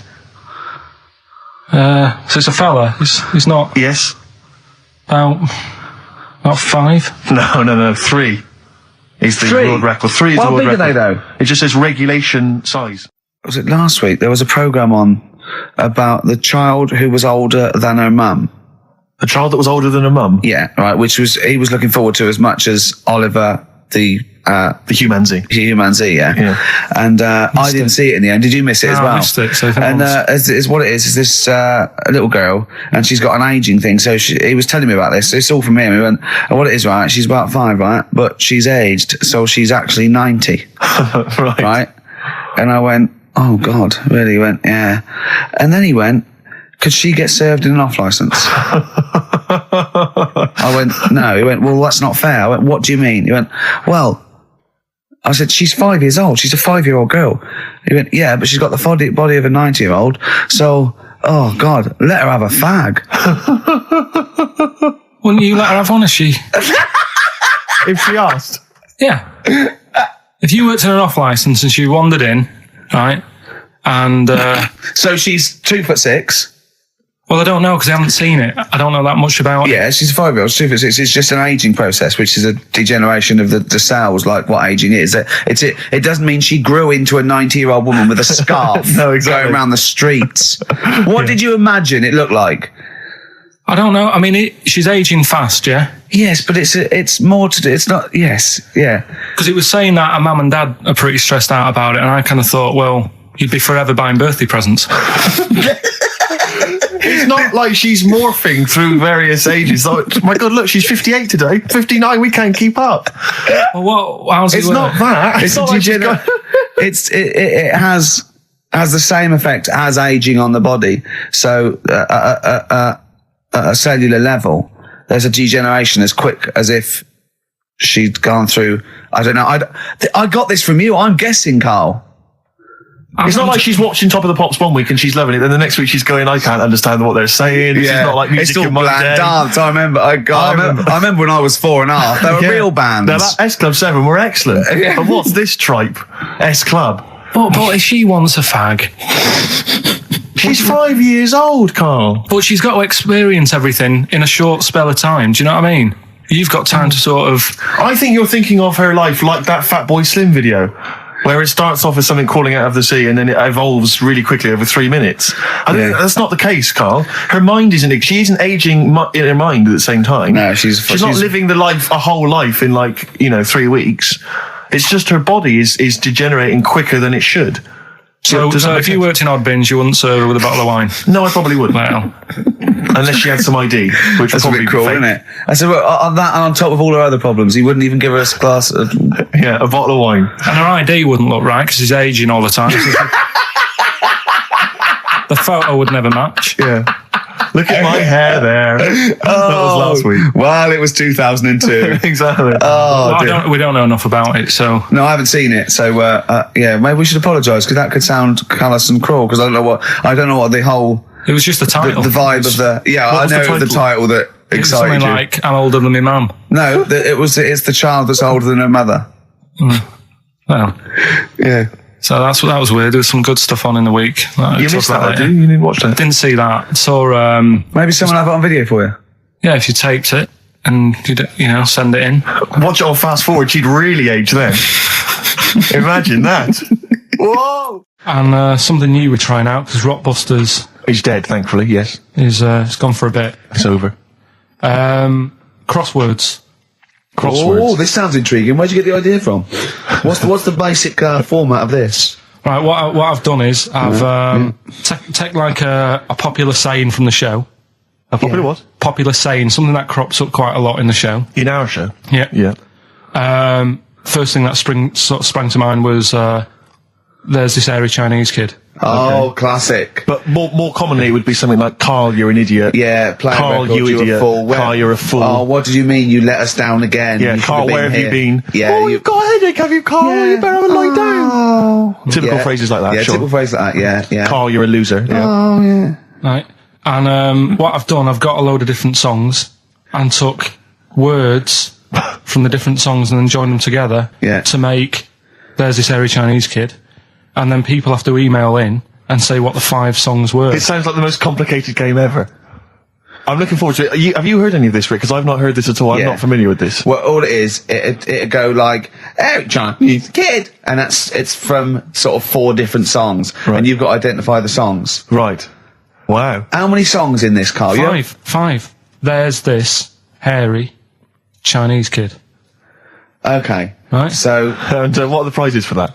Are these the prizes? Yeah. Alright, well let me tell you what they are. They're not too bad actually. We've got Live Forever, which I assume is a CD that ties in with this new film. Think of that! A well-known phrase from the show, and it's Hairy Chinese Kid. Where would you There is no other radio show in the world. This is... Go on. If you've just tuned in, I mean, what are you thinking? Think if you've just tuned in, you're going, well-known phrase from Shaw, Hairy Chinese Kid. Oh, yeah, classic. They'll be playing that in charades this Christmas. So yeah, this is a CD that ties in with this new film Live Forever, which is all about Britpop, and so there's stuff on there from Oasis, Blur, Pulp, etc. We've also got another Red Dwarf DVD, Marion and Jeff, first series of that, excellent. That's on VHS, sadly, but never mind. And also the very best of Led Zeppelin, a 2 CD set there with all the classics on. So that's not bad prizes actually. Carl, you've done yourself proud. We've upped it. We're getting serious now. We're playing in the the bigger league. We've upped the stakes. We want Heat Magazine not to lose touch with us just because Rockbusters is gone. Yeah. I think they're still behind us. So we've got film. You appear in a film. We've got crosswords. How is that to do with the crossword? Because I've got words and sort of cross them.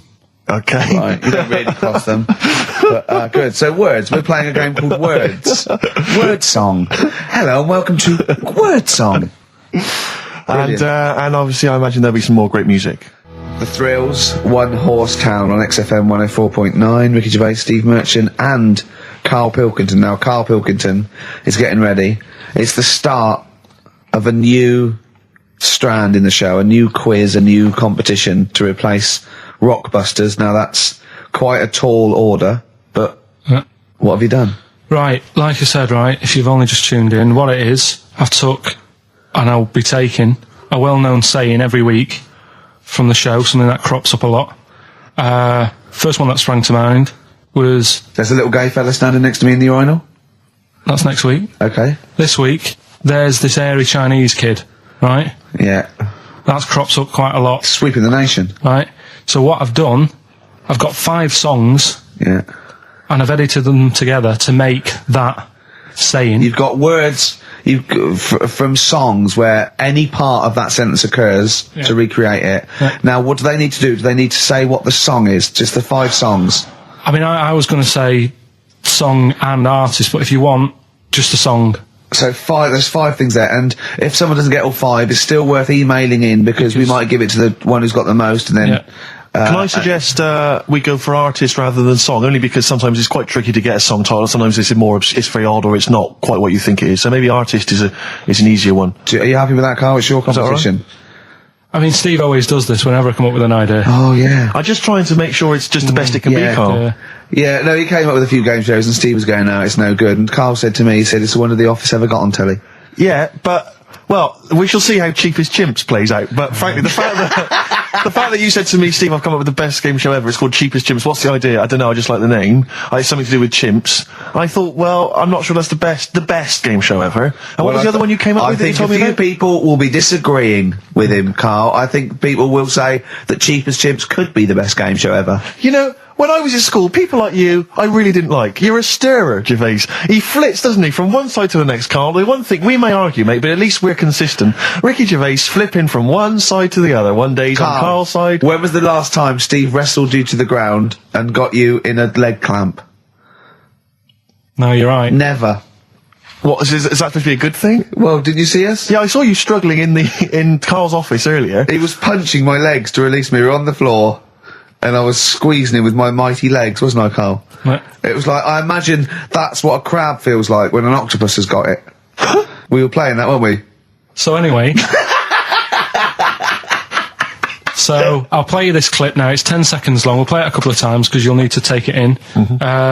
So here it is then. What are we saying? We're saying artists? Let's go with artists. Artists. So email in ricky.gervais@xfm.co.uk. Name the 5 artists it has taken to make up the saying, Give there's that this email airy address Chinese again. kid. Give that email address again. ricky.gervais@xfm.co.uk. There's this airy Chinese kid. Here we go.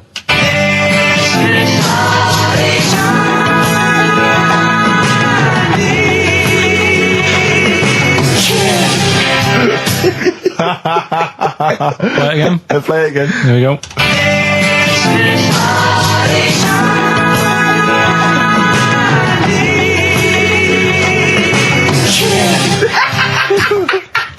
I think you better play it once more. Oh, I've got them. Have you got them all? Yeah. That's nice work. Here we go.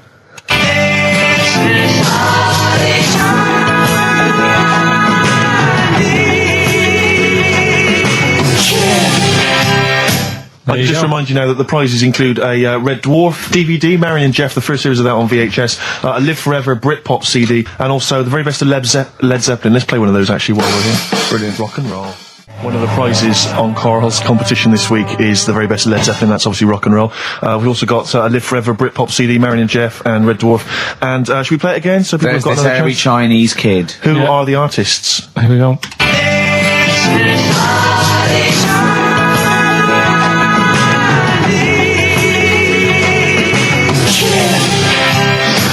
It's tricky. It's not very easy. Once more. One more.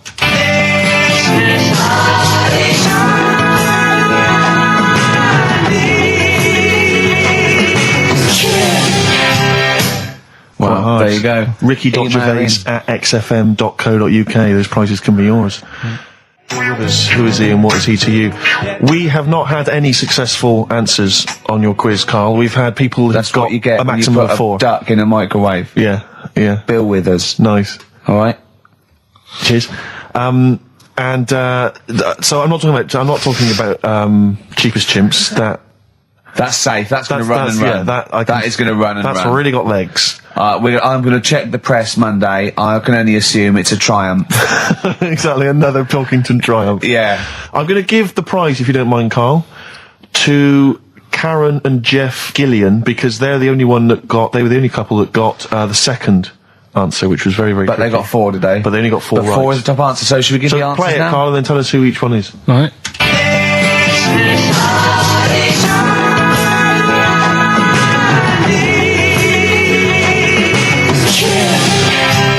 So there you go. I didn't know the second one. There's Play it this again. airy Chinese kid.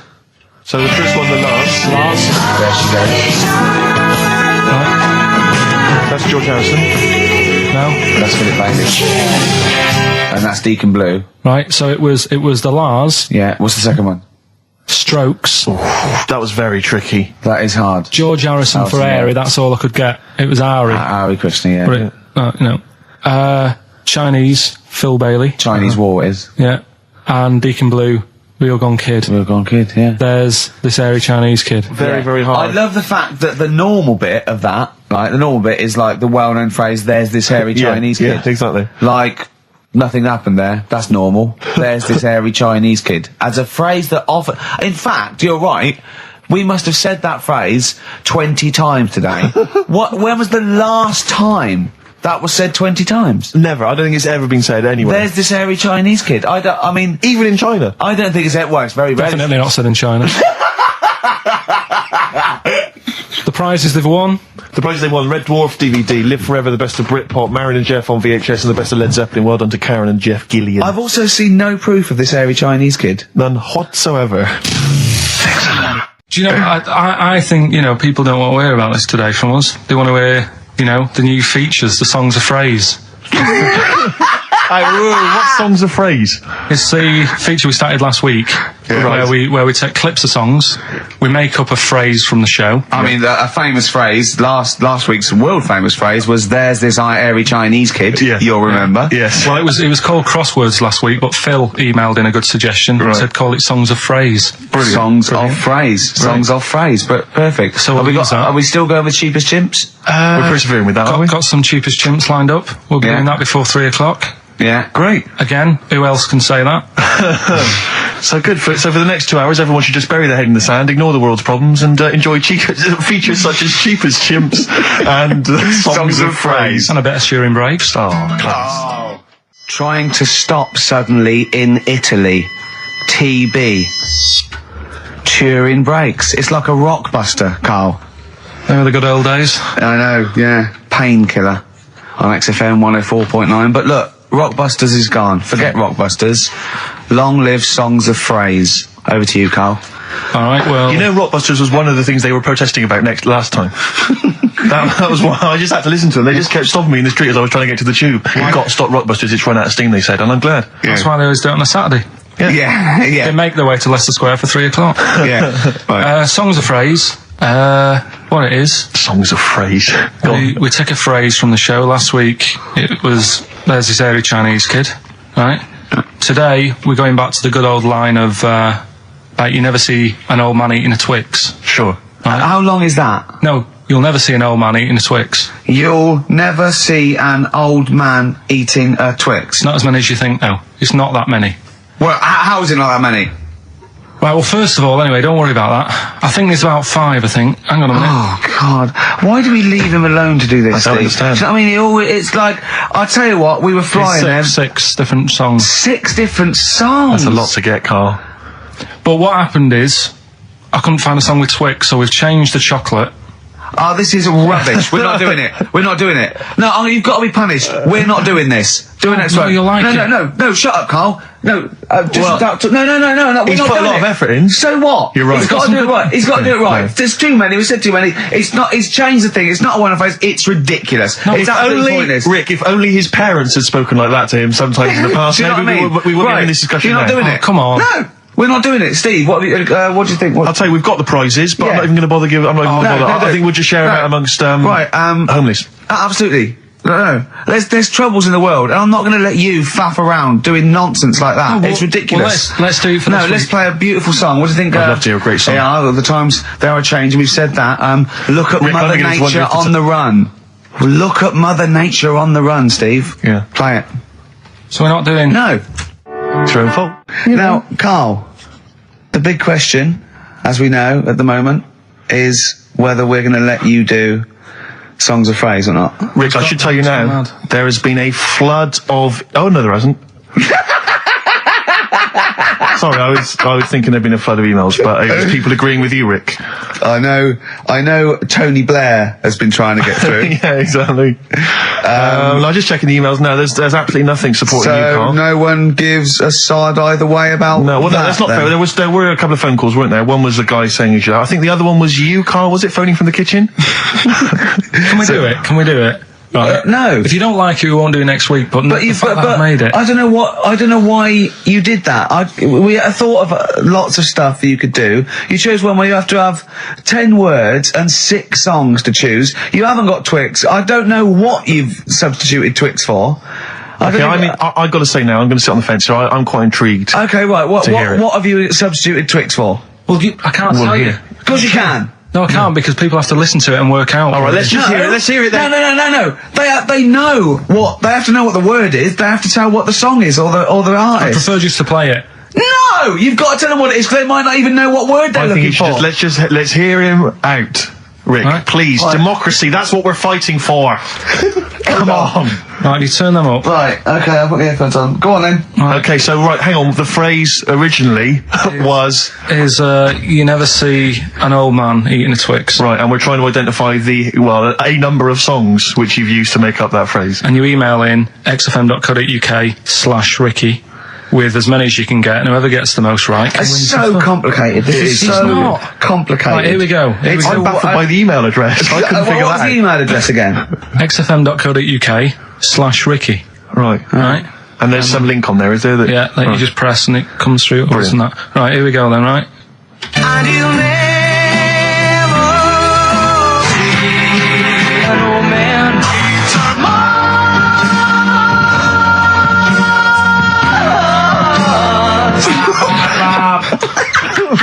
I missed a little bit at the end. Let's hear it again. Mars, ba, ba, ba. Let's hear it again. and you'll never see an old man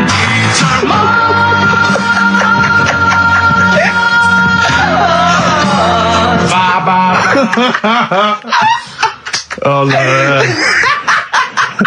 Oh, God. Okay. Right, we'd say the prizes, Steve. Right, so how many songs were there? Do we know? I think there was 6. You think there was 6? And you'll never see an old man eat. It might be 5. 5 or 6. Yeah. Anyway, why not email in the answers and how many there were, and you might be in with a chance of winning on DVD the original series of Citizen Smith with Robert Lindsay. That was good. Paul Whitehouse's Happiness, the first series of that, on DVD. We've also got a couple of CDs here.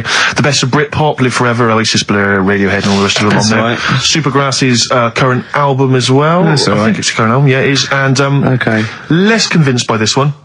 If I tell you that some of the artists include Delamitri and Deacon Blue, then I know you'll be rushing out later, Rick, to buy this. Scotland Rocks. A compilation of... Is Wet on there? Let's see. What about Biss? What happened to Biss? Let me see. I'm not gonna... I tell you, it doesn't... I mean, we've got Gun on there. Oh, yeah. We've got... baby, lately.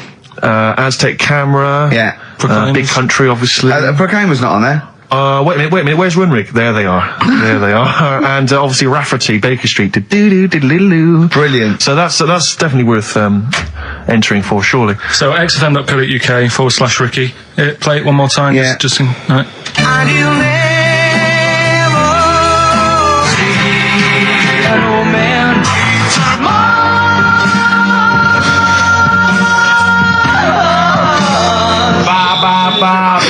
Class. Pure class. Well done. Okay.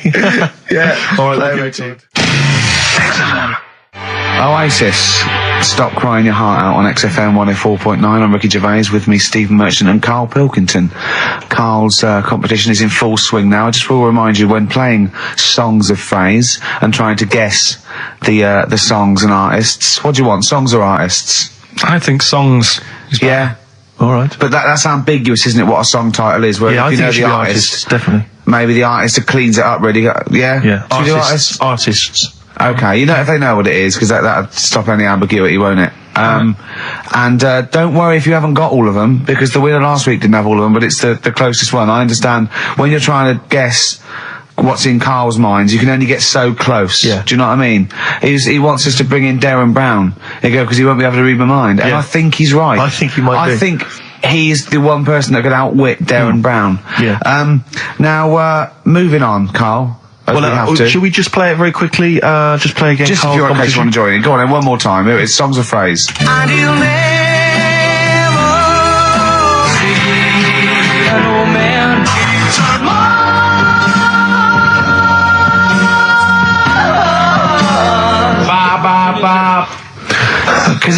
Because you have to get, you know, it is very difficult. So, you know, song or artist, we give points if you're close to any of those, and we'll choose a winner. So, you know, do. And what do points mean? Crap prizes. XFM. xfm.co.uk slash Ricky. We're running out of time. We've got like 5 minutes left. Winner for songs of phrase. All right, give us the answers. Right. We did this at the start. We haven't even got time for the film thing today. But we'll do that next week. Songs of phrase. It was a phrase. You never see an old man eating a Twix. I love the fact that we haven't got time. Like, we've had such important stuff, and it's been so jam-packed and interesting. Not that it's been drivel with gaps we could have filled much better. Yeah. Don't look at it like that, like, What, with his film quiz? Come on. Oh, dear. So, songs of phrase. You never see an old man eating a Twix. We had to change it to Mars bar. Here's what we had. and you'll never Jerry and the Pacemakers. Echo and the Bunnymen.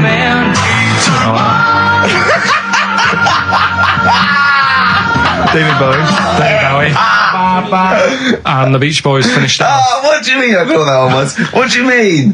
Who's the winner? Oh, it doesn't matter. You got to give the answer. Who was that one you didn't know it was us? It was Neil Young, wasn't it? Jim Crochet, is it? Old Man River, it's called. Jim Crochet. something. Old Man River? Yeah.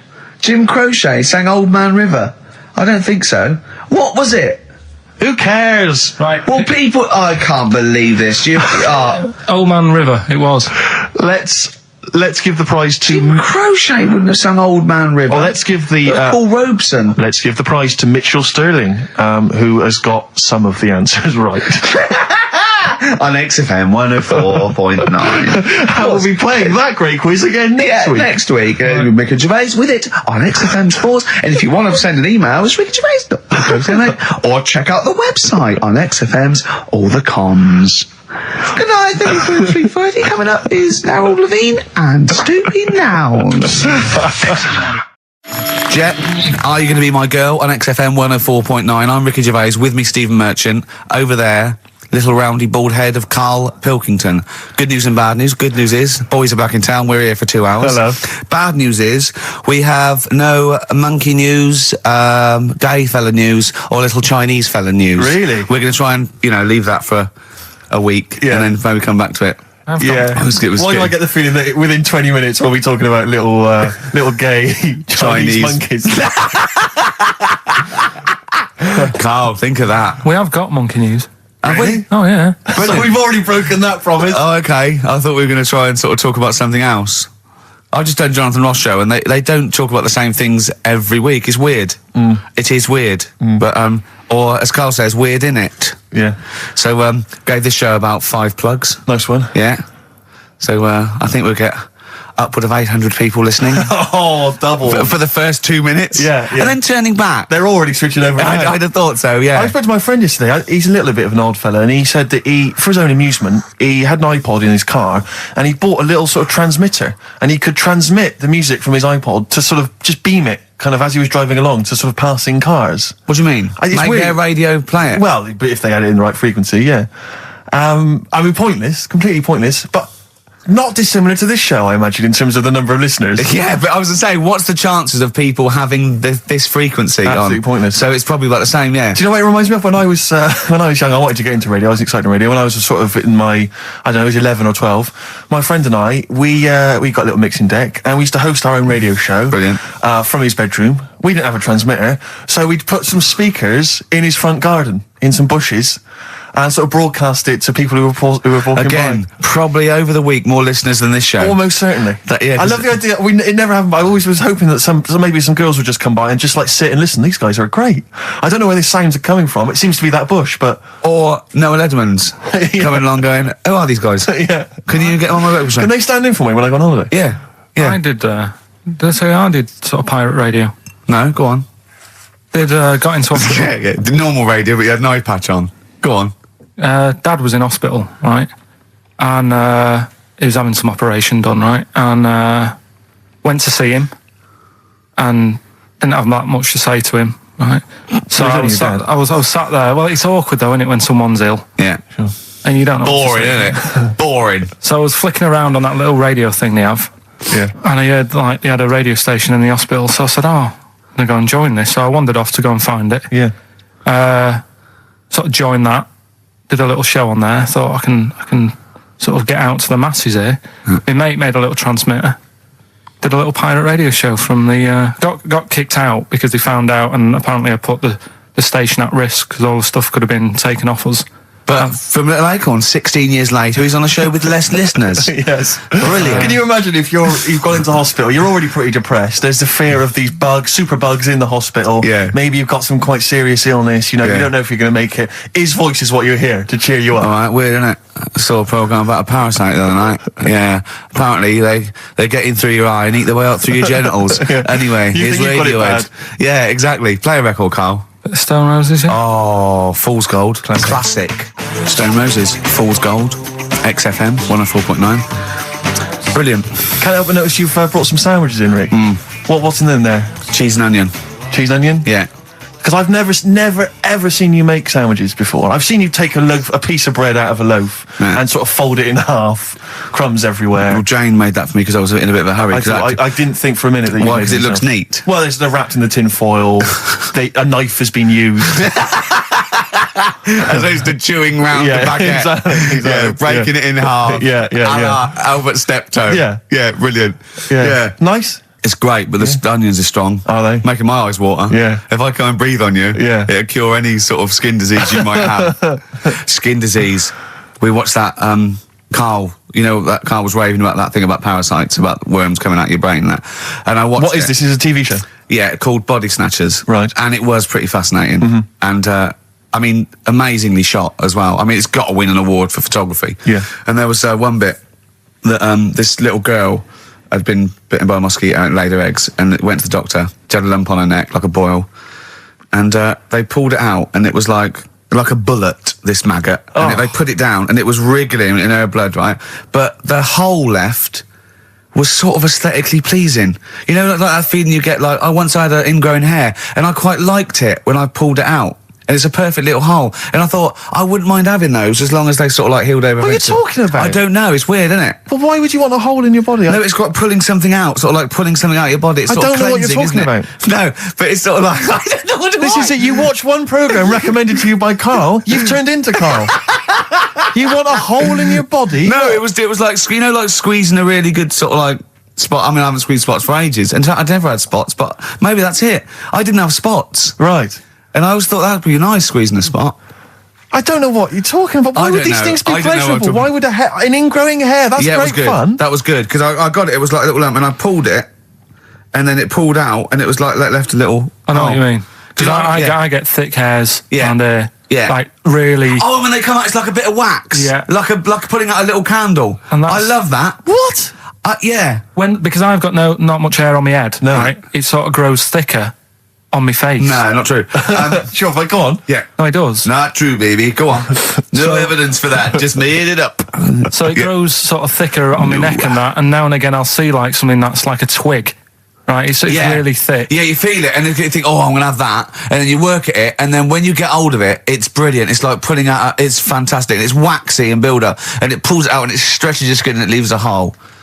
I've just realised why we talk about Chinese people, monkeys and gays every week. Why? Because this is a sort of replacement. This is what we've got if we're not talking about them. But it was great as well. And there's this parasite, right, that lives in a fish, right? And what it does... it changes the fish's behaviour. Because to breed, it has to get its body temperature up, so it has to get into a bird. Right? What needs to get into the bird? The fish? Parasite. The parasite needs to get into a bird, right. So it changes the behaviour of the stickleback, and it makes the stickleback sort of suicidal. So the stickleback doesn't flee when it sees a heron, it gets caught. Right. Because this stickleback has changed its behaviour. Carl didn't quite understand this, I still don't really get it. I watched it, and you see like the fat fish and that, and you go, oh, it's not well. But I don't understand. Well, all it does is, it has to get into a bird because it has to breed, to lay its eggs, it has to have a raise of body temperature. So a fish is cold-blooded, so it has to get into a bird which is warm-blooded. There's lots of things, there's certain things at that level. Why is it doing that? Because it needs the temperature. It needs the heat energy for its reaction. Just like, for example, that's why your balls are on the outside. Because the cells have to be a certain temperature to survive. I don't know if it's the sperm or Sertoli cells, but they have to be a couple of degrees below body temperature. Otherwise, they'd be in a nice cage and we wouldn't get kicked in the nads. What do you mean? That's why your testicles are on the outside of your body. They have to be a couple of degrees below body temperature. Yeah, but that isn't why they're there. You see, this is like the chat we had last week about the giraffe having a long neck. What do you mean? They're there because that's where they happen to be. They didn't go right. Well, that's what evolution is. It's a selection process. It's not a will. The balls didn't say, look, I'm too hot, let's get us outside, let's get outside of here! All right, hang on a minute then. What? So a little man monkey, right? Theirs are in the same place as ours. Yeah. But they're walking around naked, so it could be anywhere. They could be like on the back. It doesn't matter where they are. They call it, well, they could be on the back, yeah. So why aren't they? This is a completely different... Steve! You started it! I wash my hands of the whole affair. And we're not only back to balls, but we're back to monkey balls. Yes. In one thing from about parasites, we're back to monkey ball news. Yeah. How do we get back to chimp testicle news? All right, then. So this worm's in a fish. Yeah. It's like a little platyhelminth. I think it's some sort of. But what I mean is, why are they about? What do you mean? They Why? evolved. But why haven't they died out? Because they're very successful. Yeah.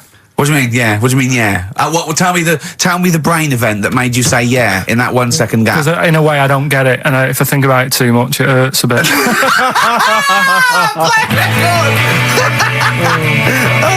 They've just been around for years, Carl. Yeah. Like Cliff Richard or something like that. Yeah. Forget About Tomorrow by Feeder on XFM 104.9. Carl is in some pain now, isn't he? What angers me is the fact that the listeners, at least they get a record. They get 3 minutes where they can just relax. They don't have to listen to this drivel. I've got to sit here for another 3 minutes while you try and explain to this idiot why they have a parasites and why we have fish and why, you know. It's just interminable. Oh, Carl's question is, what's the point of a parasite? I was saying, well, they evolved alongside everything else and it's part of the ecosystem. He's going, but why is a parasite in a fish, in a heron, back in a fish? And I said, what's the point in anything, right, apart from the balance of the ecosystem that survives at any time?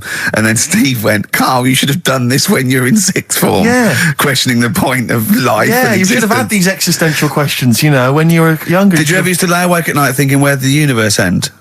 No. I did that when I was about 6 or 7 for about a year. When someone said it was... He was lying awake at night thinking, where does Manchester end? I assume it goes on forever. They've made a map, haven't they, for the universe? Yeah. So Well, yeah, as far as they can, yeah. Big, is it? it's massive. Yeah. But if you're that lost, you know what I mean? Forget the map's map. not going to help you. Sure. If you're that lost, forget it. Look, we're never going to make it. We're not going to live 400 light years.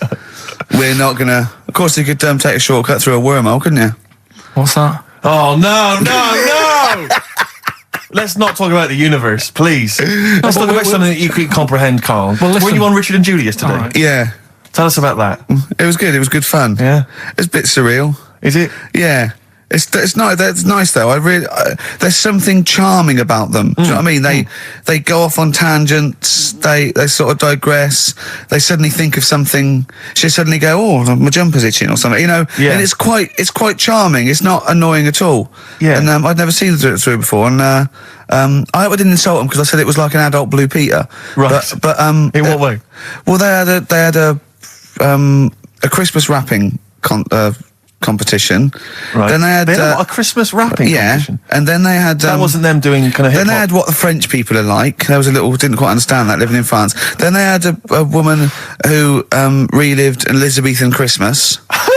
The bit that made me laugh was she was sort of announcing this through an Elizabethan microphone and PA to all the people sitting around dressed as... I'm a bit confused. This sounds baffling. It was good though.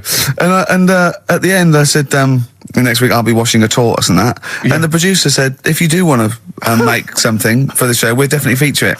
So I might make some of those things that you spoke on Blue Peter, like send in sort of, you know, I remember they made a chest of drawers out of 3 matchboxes. Yeah. For Barbie doll or something, or Action Man. I seem to remember them showing you how to make a dusty bin once. What, on Blue Peter? I made one. I remember making one. Really? Yeah.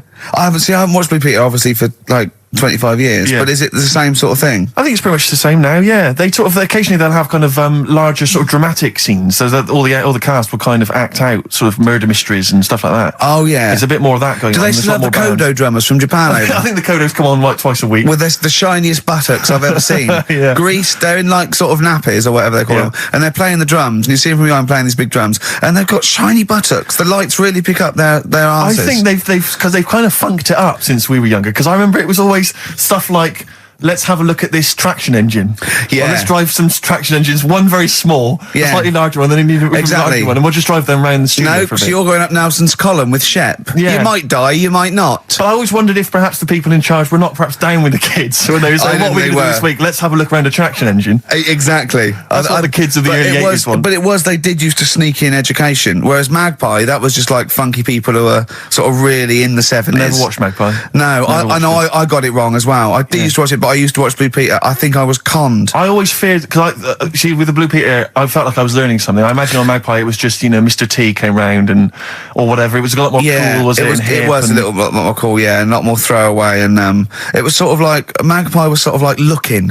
Right, on telly. Yeah. What happened to Looking? I don't know, it used to be the Junior TV Times, I don't know. There's probably people listening who've never even heard of Looking. Is that what it was? Apparently so. But there was cartoons and things. Yeah, it was just basically an advert for ITV. Looking. Oh, was it? Almost entirely, yeah. And did it have like a Laurel and Hardy strip or something? No, it would have things like the story of 5 Star.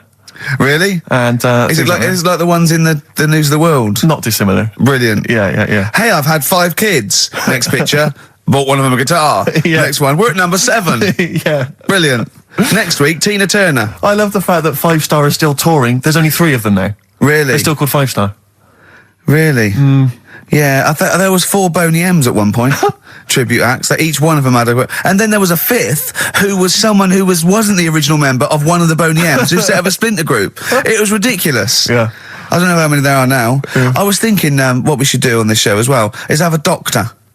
Right, just sitting in the you're corner. worried about your health? No, just so when Carl says, why are your bollocks there? The doctor can now go, well, let's ask doctor. Right. And he goes, they're there because I don't know. And we need a vet Dr. as well. Fox available? we need a doctor, probably a vet, some sort of vet, or a naturalist would be good. And what else? Oh, and a physicist or something, or an astronomer. What do you think, Carl? I'd love that. Would you really? Yeah. Is there any doctors listening? Of course there are. As if a doctor would listen to this. If you are a doctor, I want a qualified doctor. I don't mean someone who's in their 2nd year at medical school. We're not interested in that. Right? A qualified doctor, a GP, or any specialist, and you maybe want to contribute regularly, give us a call. Yeah. We'll even give you a special phone line and stuff. Yeah. Not for now, though. We're going to get a lot of mentalists, aren't we? I would adopt a nom de plume, an alternative, identity, because your patients are going to flee if they find out you listen to this. Exactly. What's the phone number, Carl? Well, they might as well just email in with the number, mightn't they? That's because you don't like answering the phone. No, I just think it's a better way of doing it. Okay. How can they prove they are a doctor? Just, Go on, Carl. something to do with, Go on. Something to do with... what thing could they say that we'd say, well, he's definitely a doctor, or we wouldn't know that? Think of something. Well, I'm not a doctor, so... We're on the radio, Carl. When we ask you a question, you've got to speak. I know, I'm just thinking, I don't know how you'd know, because you never ask them, do you? If you need their help, you don't think of going, no, before you do this, do you know what you're doing? But saying that, right? Go on. Go on. Talking about this the other day. Yeah. What was it now?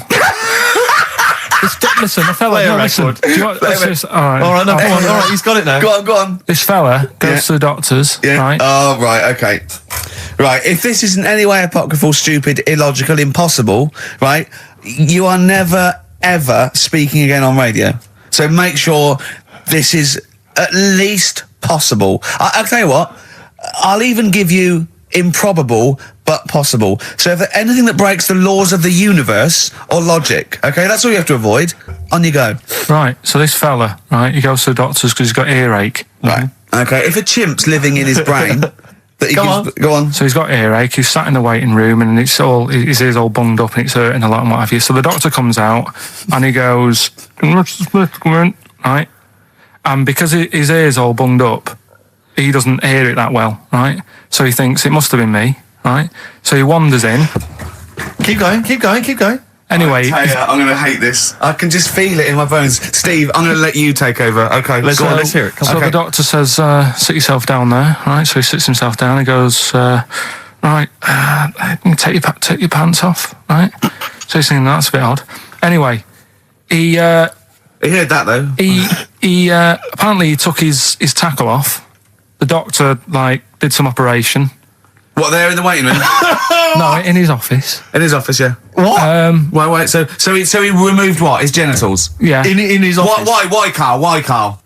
Because he hadn't called him in. Oh, he'd called in the bloke who wanted his testicles taken off, and he didn't hear it.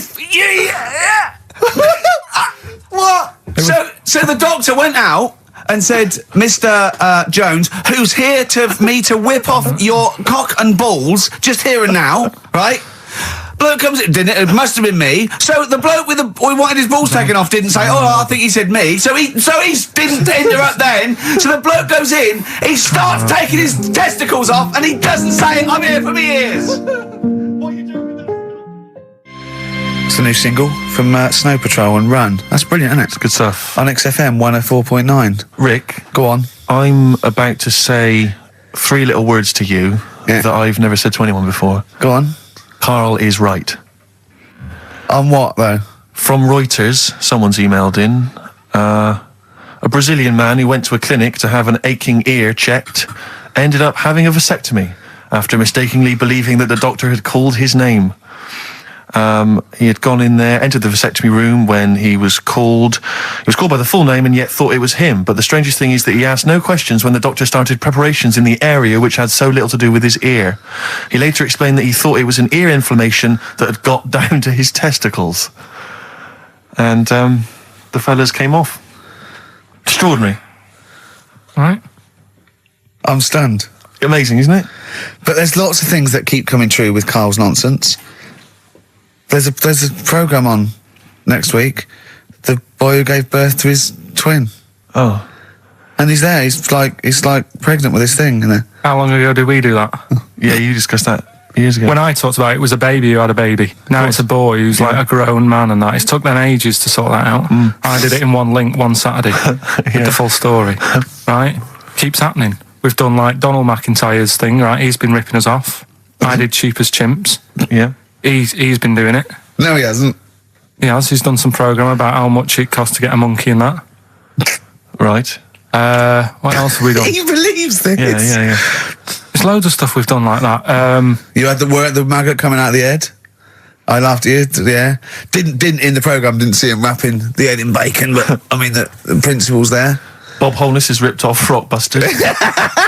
Yeah, and he ripped you off years ago. Yeah. He's been ripping you off for years, which is even more annoying. Yeah. So, yeah. Interesting. Yesterday, you know, Rich and Judy gave you the tea picked by monkeys. Yeah.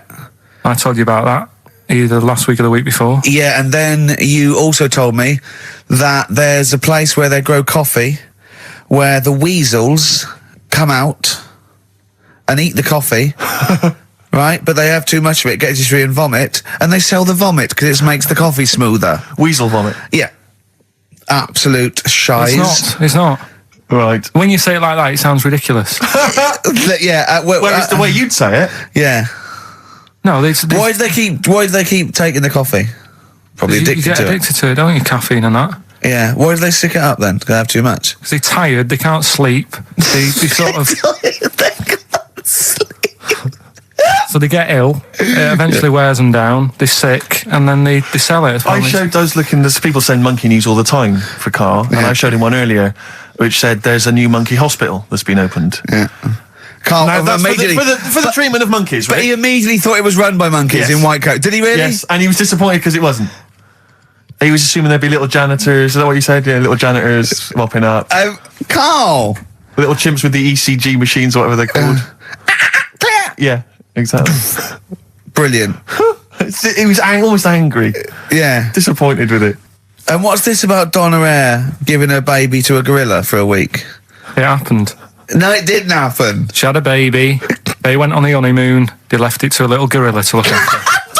Don't talk! Don't talk! Oh, God! Again, there's people online now, so they can have a look at Anna Nova. Do you want to give some stuff away? Do some. He believes it, and that's it. But the more these things sort of like pop up, come true, the more worrying it is. The more worrying it is for everyone.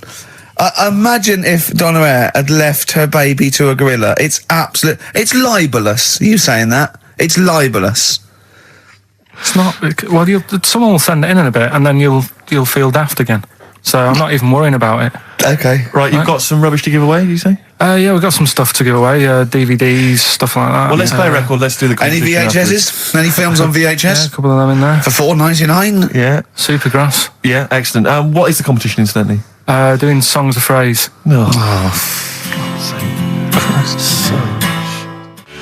Supergrass, late in the day on XFM 104.9. There's too much to get through here, Rick. Go on. There's too many things. We've got to systematically. Am I going to eat my words? Well, before that, You know, we get emails all the time. They're coming through all the way through the show, and I open them, and a lot of them, because everyone's contributing, it's brilliant, but we can't really absorb everything. There's too much coming through. So I tend to open them quickly. I have a look, see if there's anything we can sort of make sense of, and close them again. Sometimes Carl looks at the emails as I'm opening them. One opened just a minute ago. Did you saw his face? His face, yeah, what was it? His face was just stunned. He was just absolutely dumbfounded. It was like he'd just seen something extraordinary, right? And you closed it quickly. I did close it quickly. I'll tell you why, right? Always got to bear in mind how Carl's mind works. All he saw was the name of the band that this email was promoting. So all he saw, all Carl saw, and you can imagine how excited he was all he saw was half man, half biscuit.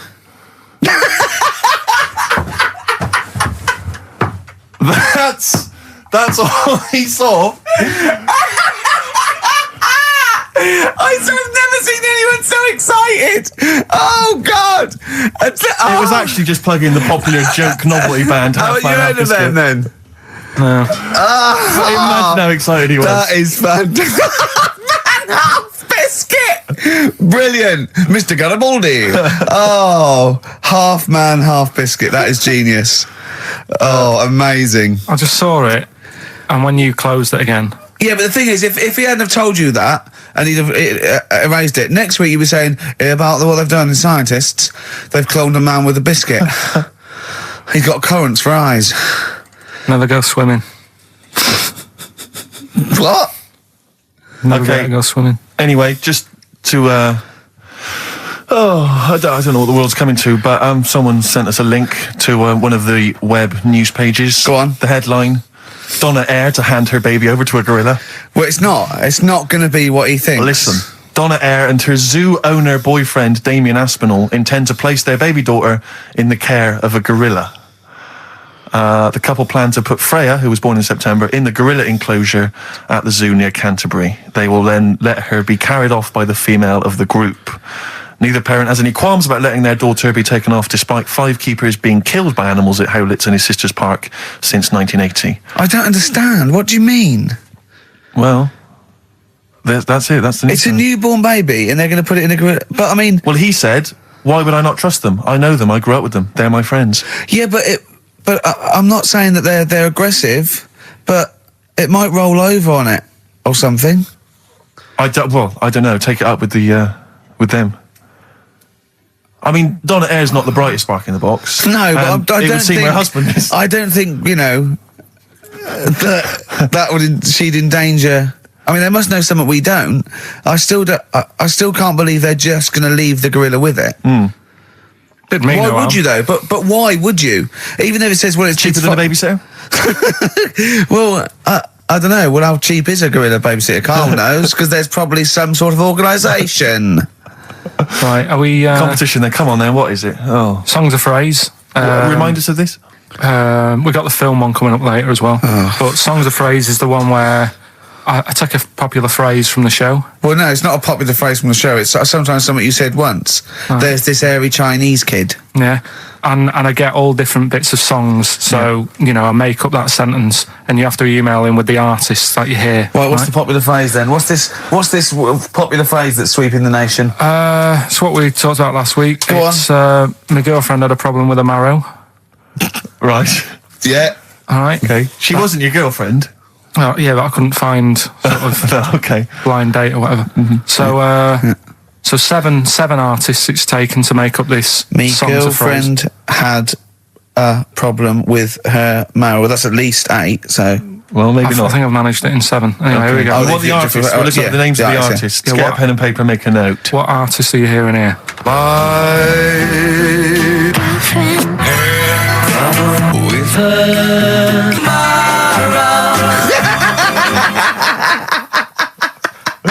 Very good. Oh, okay. What's more? So, what are the artists? My friend with her My girlfriend had a problem with her marrow. We want the names of the artists. What can we win, Carl? Can I just recap that story? Girl can't on a blind date. But when he found out that this girl had some sort of bone marrow problem, he said he didn't want to see her anymore. What's the point in getting to know someone that's going to die? Yeah. So that's what you're dealing with. That is what you're dealing with Karl Pilkington. Would you buy a car with a Duff engine? It's a fair point. Ricky.gervais@xfm.co.uk. Don't steal our son. The Thrills on XFM 104.9. I'm Ricky Gervais, with me Steve Merchant. Over there, Karl Pilkington, the man who believes anything. I think it might be a condition due to his little round head. It's sort of like, it might be a new condition that we can call cranial spherity, and because it presses on his lobes, and the only sort of upshot of that is he's normal everywhere, but he believes everything he reads or sees on Anna Nova. All right. Talking of which, Rick, I don't really follow the news. No. It's mainly boring, isn't it? Wars and stuff. Yeah. But I don't know. Well, yeah. Well, it is a war. It's all this nonsense before and after. When it's a war, it's it's in the middle of the war. You can watch it on telly. True. You get results. True. You know what I mean? Like, do you know what I mean? Yeah. Like a test match or something. But it's all this rubbish before and after. It drags on. This recent war seemed, I thought, just generally, it was better presented than the previous one. Because I remember the first Gulf War, it was often during the night, and I couldn't stay up. Yeah, because I think the American had rights to it, like the Tyson fight. So we had to get it at 2 a.m. Exactly. Which is annoying. They had it, their prime time in that. Yeah, and a lot of it was in black and white, when the bombs went in. When the bombs went in. So this time there seemed a lot more colourful. Yeah, it's much better coverage. I think they should win awards. Yeah, well, I like for it. Awards, so like Channel 4 won for cricket. Yeah, I mean, a few times as well, I was quite pleased to see they actually had footage of the bombs exploding. Yeah. No, good. Well done. Generally, good on you. Well done. Good on you. Yeah, it costs a lot though, doesn't it? It isn't a costly War's thing. a lot more. When you got something like a Jimmy Carr game show, which probably costs about £100. Yeah, like half an hour war costs millions. It's almost as expensive as like Terminator 3 or something. Yeah. But I mean, But then you got a variety. Exactly. Sorry, Steve, you were talking, mate. Well, no, I just wanted to make sure you're aware that the World Elephant Polo Championships have taken place. I did get it. I think they mentioned it on. Yeah, we won, didn't we? England won. Yeah. Well, my question is, where have they been practicing? I don't know. Do you remember ever at school anyone ever saying to you, "Are you interested in playing polo with elephants?" Do you reckon it was 5 blokes in pith helmets kept sneaking into a whipsnade? Possibly. What are you doing, lads? We're practicing. Get down. Yeah. Get off them elephants. Yeah. I didn't even know we had a team. I can't believe it. No, it's like Johnny Wilkinson and the rugby lads. They're going to get MBEs, all sorts. The elephant polo boys, nothing. They're going to get nothing. I haven't seen their son talking like them. To be fair, it's not like horse polo where I don't think there's a stick long enough. I think the elephants kick it, don't they? I think you might be right. I think they're not allowed to use their tusks. They burst it, won't they? I think they go, start again. Raheem! Yeah. What do you mean the elephants kick it? All right, I've opened a can of worms here. Normal polo on a horse, they have like mallets. Yeah, they whack them, right? But I think it's obviously they're too high up. I think I might be wrong, but I'm pretty sure they just train the elephant to kick it. So why are people something about? Why not just let them have a kick about without? Imagine that! And why does horse racing have to have a jockey? Well, they just let the horses go, okay, lads, no cheating, on your marks, get set, go. Get back here. Get back here. Brilliant. Why do you think? I tell you what, I'm going to be like a teacher now. Why do you think? You sort of get mixed up which hand they sort of go in, which hand they've got to get the ball in. Sort of. Yeah. Right. Yeah. How do you sort of steer an elephant, as it were? How do you ride an elephant? It seems quite a complicated procedure. I don't imagine they're quite as versatile as a horse. No, you can't sort of like pull it and its head goes, can you? I mean, I don't really know how you... I mean, you'd have to have a huge playing surface, wouldn't you? I mean, these are big creatures. Yeah. They use Kent. Well, exactly. Yeah, they drop 2 big... huge jumpers. yeah. Either side. One in south of Kent, one in North Kent. Exactly. And it takes days. And is there like 11 on each team? Yeah, and one on the subs bench. Exactly. And it keeps breaking. The bench is broken. Yeah. Terrible. Easily because he's never getting chosen. He's never getting chosen, yeah. Well, he doesn't turn up to training. Of course, and he's never going to forget. He's down at the lake. Exactly. Down at the lake, when they should be training, eating too many buns. Exactly. Like Gascoigne. Right, Carl, come on then. Oh, hang on, I just must tell you as well about Lord Admiral Nelson's erotic letters. Go on. They've been sold at last for £117,000. Sunday Mail? I don't know who bought them. Who opened them that shouldn't have?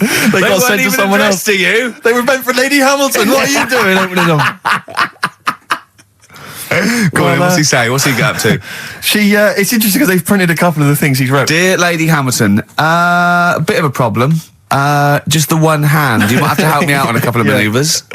Yeah, and the one eye. So I'm not appreciating the 3D. Yeah, exactly. I don't care where you put it. Yeah, exactly. Yeah, go on. You'll have to help me guide it in. You might as well stand across the other side of the room for all the good it do me. Exactly. Go on then. Of course, he ended up kissing Hardy, didn't he? Did he kiss Hardy, or did he ask him and he never did? Well, I don't know. I don't know about this, because I heard that he didn't, and it said kiss me, which means fact. And then I heard that he did say kiss me, Hardy. Hardy. Like, you know, because it was Coach's friends. I don't know. Is it kismet or is it kiss me? Kiss me, Hardy. I think his final actual dying breath was no tongues. Yeah. I'm not sure. And someone went, kiss you what? Exactly, yeah. Maybe that was his nickname. My name's Smith. Yeah. You want me to kiss? Exactly. Kiss me Hardy. I wouldn't have thought so. I'll kiss your lips and you'll be happy with it.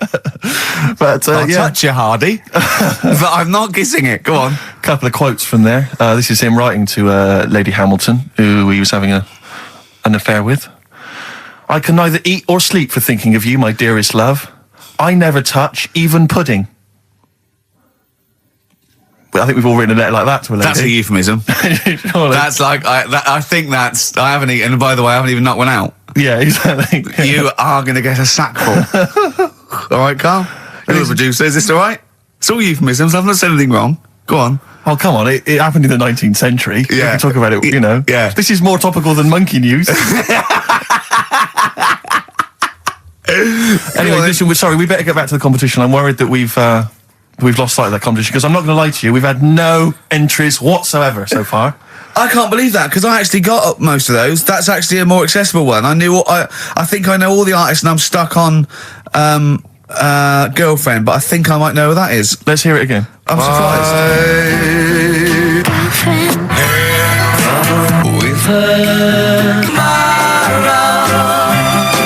And I think that's a pretty accessible one. An accessible quiz? Yeah, so no one's... Is the email up, or no one's listening? No, well, I think there's a little bit of that. But I think we've accidentally closed down the texting. Oh. So if you're texting in... This don't is bother with that. rubbish. It really is awful, isn't it? Yeah.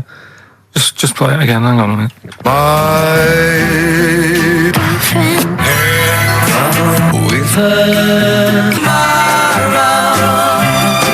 I'll tell you what it was. We didn't give out the prizes. We didn't say what the prizes were going to be. That's the reason. Yeah, I think the emails are going to go mental When they find out it's the first series of Open All Hours on VHS, they'll be flooding in. Let's see what and we've the got Bridget here. Nielsen video. Exactly. Right. Oh dear. Oh no, actually, it's not too bad. Go on. The best air guitar albums in the yeah, in the that's world. still going. That's Volumes that's 1 and evergreen. 2. That'll keep running and running.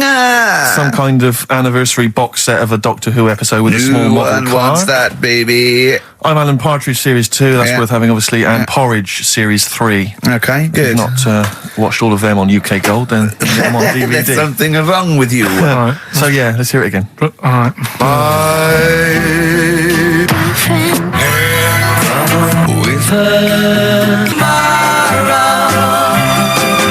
Just name the artist. That's all we want. Just the artist. Ricky.Gervais at xfm.co.uk. Play record. Right, Adams? Yeah. Yeah. Oh, this is absolutely fantastic. His version of Wonderwall. If you've not heard it yet, you'll be loving it. You'll be loving this.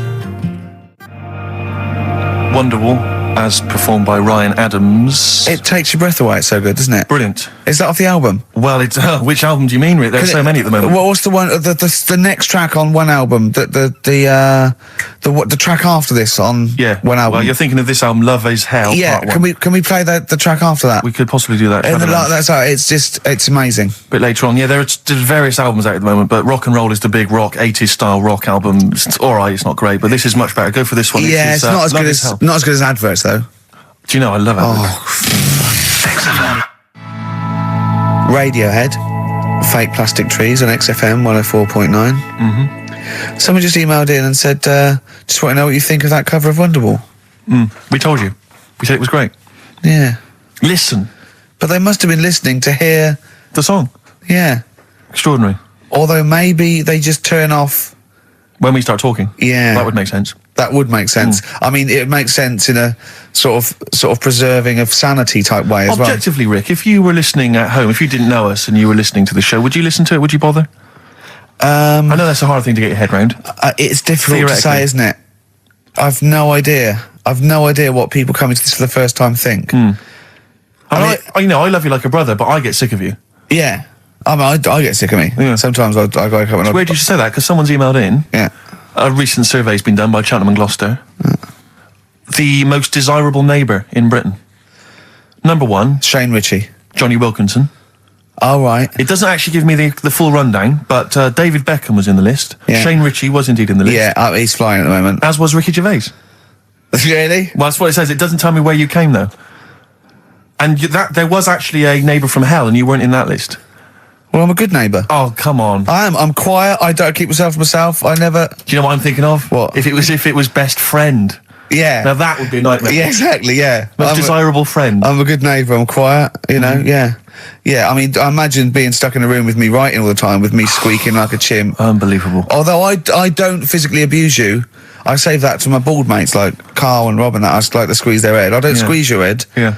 You know what I mean? I think it's because you command a little bit more respect. Ah, thanks very much. Do you know what I mean? You're not that sort of...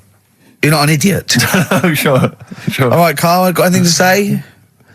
Has anyone seen his picture in Heat this week? It looks fantastic, doesn't it? Do you know what Steve said when he saw that, Carl? Go on. He said, it has captured Carl. What do you mean? Well, you just look utterly gormless. In the picture. It's captured you brilliant. You know how like a good photographer can do that? You can capture the essence of someone. That's good stuff. It's good stuff. Well, actually, I'm the photographer. Yes, Because it was a screen grab from the behind-the-scenes footage. Well done. So I got that gimpness. I captured the essential gimposity. Exactly. Yeah. Carl. Yeah. All right? Captured it. Yeah, well, I did a little article for Time Out, and I think Boyd from Heat has sent over that screen grab to them, so he might be in Time Out. I'm going to try and get him in every publication. Yeah. For 1 year. It's like you've managed it in the last 2 weeks. Exactly, yeah. It's like a Dave Gorman project. Are you Karl Pilkington? Yes. Let's do that, shall we? If anyone's got a publication, it doesn't matter how little, just take it from Heat. That's mine, so you're welcome to it. Just try and just put his picture in anything. Next to round things is best, isn't it? That'd be good. You all right, Carl, with that? Yeah. All right, then, good. What have you got for us, Carl? News headlines? There hasn't sort of been that much going on. Sure. Sort of headline-wise, you know. Sure. No, because I look for good headlines and that, don't I? That sort of get you interested, like the... Well, then when you're interested, you don't read on. No, I did. Okay, go on. Like the one, do you know the one I read out a couple of weeks ago? That was man lives in dump for 10 years. Right? I remember the Chinese woman eats dirt. Yeah, well... That was a cracker. Man lives in dump for 10 years. I read on with that one yesterday. Yeah. I found it in my bag because I took it on, so that I'll read that when I get a minute. Yeah. Right? News. Imagine that. News. I might read last Thursday's Sun. Yeah. Just to catch up. Do you know how he got caught? What do you mean how he got caught? He lived in a rubbish dump. Well, what's up with lived that? in a rubbish dump. No one knew he was there, right? Yeah. He was living off food that had been chucked away. He said a lot of people chuck away stuff that isn't off, so you can survive on that. He had a nice little place to sleep and that, an old mattress, that was all right and stuff. Got away with it for 10 years until he decided to celebrate bonfire night with some fireworks. Can you believe that? Well, he's happy that the gunpowder plot was foiled and the Guy Fawkes was beheaded, Anyway. thus saving our system of government. There's got to be a couple of news headlines, surely. Hold on, wait a minute. Bong. Pierced penis man off the hook. Bong. Man changed his name to Bubba Bubba Bubba Bubba. Bong. Dwarf to live in a glass box. Dwarf to live in a glass box? Yeah, it's meant to be art or something. It's not though, is it? What? Meant to be art? Why is... Yeah, whose idea is this? Is it art, or is someone hired a dwarf to live in their box? It's just a box, and he can even leave when he wants, apparently. He can, go, I'm hungry, I'm going for a walk, and he puts a little note. If it's Damien Hirst, he might end up in 4 bits. So just be careful. But to me, that's like that thing when I said to you about the woman in the jar. What woman in the jar? The woman in the jar, they go, come and see the woman in a jar. And then it turns out it's a big jar. So it's like, put me in there as well then. Exactly. It's not special. Yeah. And that's the same with him. It's a big box, he's a small fella. What's good about that? What do you want to do, though? To compress matter? But hang on, it's not a world record-breaking attempt. It's supposed to be art. No, what's hard about that? Well, I'd like to What's try and hot justify about it. that? Oh, can we do a show for BBC Three? Karl Pilkington going around, what's art about that? Yeah. That is brilliant. What's art about that? I'd love that. Would you? I'd love that. Me and Steve are going to do a thing called Is Art Rubbish, where we go round and we chat about it. Yeah. But we can hand that over to you if you want to do that. If anyone from BBC Three is listening, Karl Pilkington, what's art about that? All right. Weird, isn't it? And what would you go around like Sensation and things like that, and Saatchi and going Darley and that. You put a sheep in formaldehyde. What's art about that? Our butcher does it. All right. Weird, isn't it? What do you make of Dali and the melting clocks, all that stuff? Talked about it, haven't we? Have we? Told you, yeah. Told you. What about do you think it. of it? He sort of milked the idea a bit. Right. Yeah. Because everything had a melting clock on it. It was like he had a bit of success with it once and then he just ruined it. Do you know what I mean? It's like... It's like you with the monkeys. Like status quo. Yeah, or... Yeah. Sure. What's your favourite artist? Don't say Lowry. Lowry is my favourite artist. Why is Lowry your favourite artist? Captures life, doesn't he? Going on and In that. stick form. I know you're a big fan of Where's Wally as well, aren't you? You've never found him, have you? I've never found him yet. No, Carl, that's not Wally, that's a stain on the table. You've come off the book again. Anyway. Listen, are we doing what's in a bit? What? Right, play a record. We don't know what you're talking about. Play a record. What? Yeah, we'll be doing What's It in. Yeah, what's it? Coming up after the break. The film thing. The film thing. Oh, idiot. Libertines, Don't Look Back Into the Sun on XFM 104.9. I'm Ricky Gervais, with me Steve Merchant and Karl Pilkington. Karl, have we got the results? Yeah. Go on then, what are they? Songs of Let's play it phrase. again then. Okay, This songs of was phrase. the phrase, these were the songs.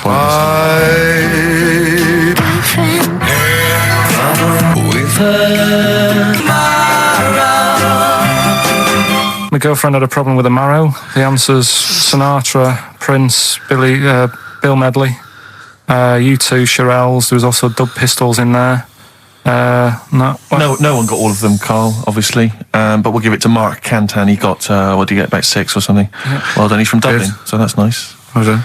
Listening over there, the Irish. Yeah. That's good, isn't it? A German man, just thought I'd let you know this, Carl, Sure. Ricky. A German man has been arrested because he taught his dog to give the Nazi salute. And then he made it do it in front of 2 policemen. I think it's an offence in Germany now. That's a fascist with too much time on their hands. No, but is it? It's illegal for a dog to do it as well. I think so. I bet he thought he'd found a loophole. Yeah. I mean, he's been dying to do it, but he thought, well, I'm not allowed to do it. It's illegal for a human to do it. Yeah. Thought he got round it. No. For a while, it just kept doing the Basil Fawlty funny walk. It's going, no, no, you're don't undermining do that. it. Don't do the legs as well. Oh. But the reason I mentioned it is because he's German. And what were you telling me earlier about? Carl was whittering on about the Germans earlier. He was saying something about the accent. It's fine with blokes, but not with women. You wouldn't want to go out with a German woman because the accent. I just think it's a bit manly, innit? Sure. Is it? Yeah, it sounds a bit hard. I can't imagine having a nice sort of romantic chat with someone. Well, it's not a romantic language, no. It's quite harsh, yeah, but that's our... No, but what I mean is, right, I can't speak any other languages apart from this one. Well... Right. You're struggling with this one. Yeah. And what I mean is... Whereas you really do speak the language of love, all right? There's some condoms, where's me tea? Yeah. What I'm saying is, if a French woman was talking to me, I'd say, I don't know what you're talking about, love, but it sounds good. Whereas a German woman, Yeah. I'd go, oof. And she might be saying really nice stuff. Yeah. That's what I mean. Yeah. But then we got talking because, do you know, like, me brother Sort of a prejudice, really, isn't it? In a sense. What do you mean? In a sense, it's racist, but anyway, on you go. Yeah, go on. It's not really, is it? No. But, yeah, my brother was in the army. We've talked about it, haven't we? And how he got kicked out for going for a packet of fags in a tank and that. Yeah. Right? But he was, when he was in the army, he was based in Germany for a bit. And he used to be one for sort of, you know, picking up the ladies and that. He always had, you know, new girlfriends and stuff.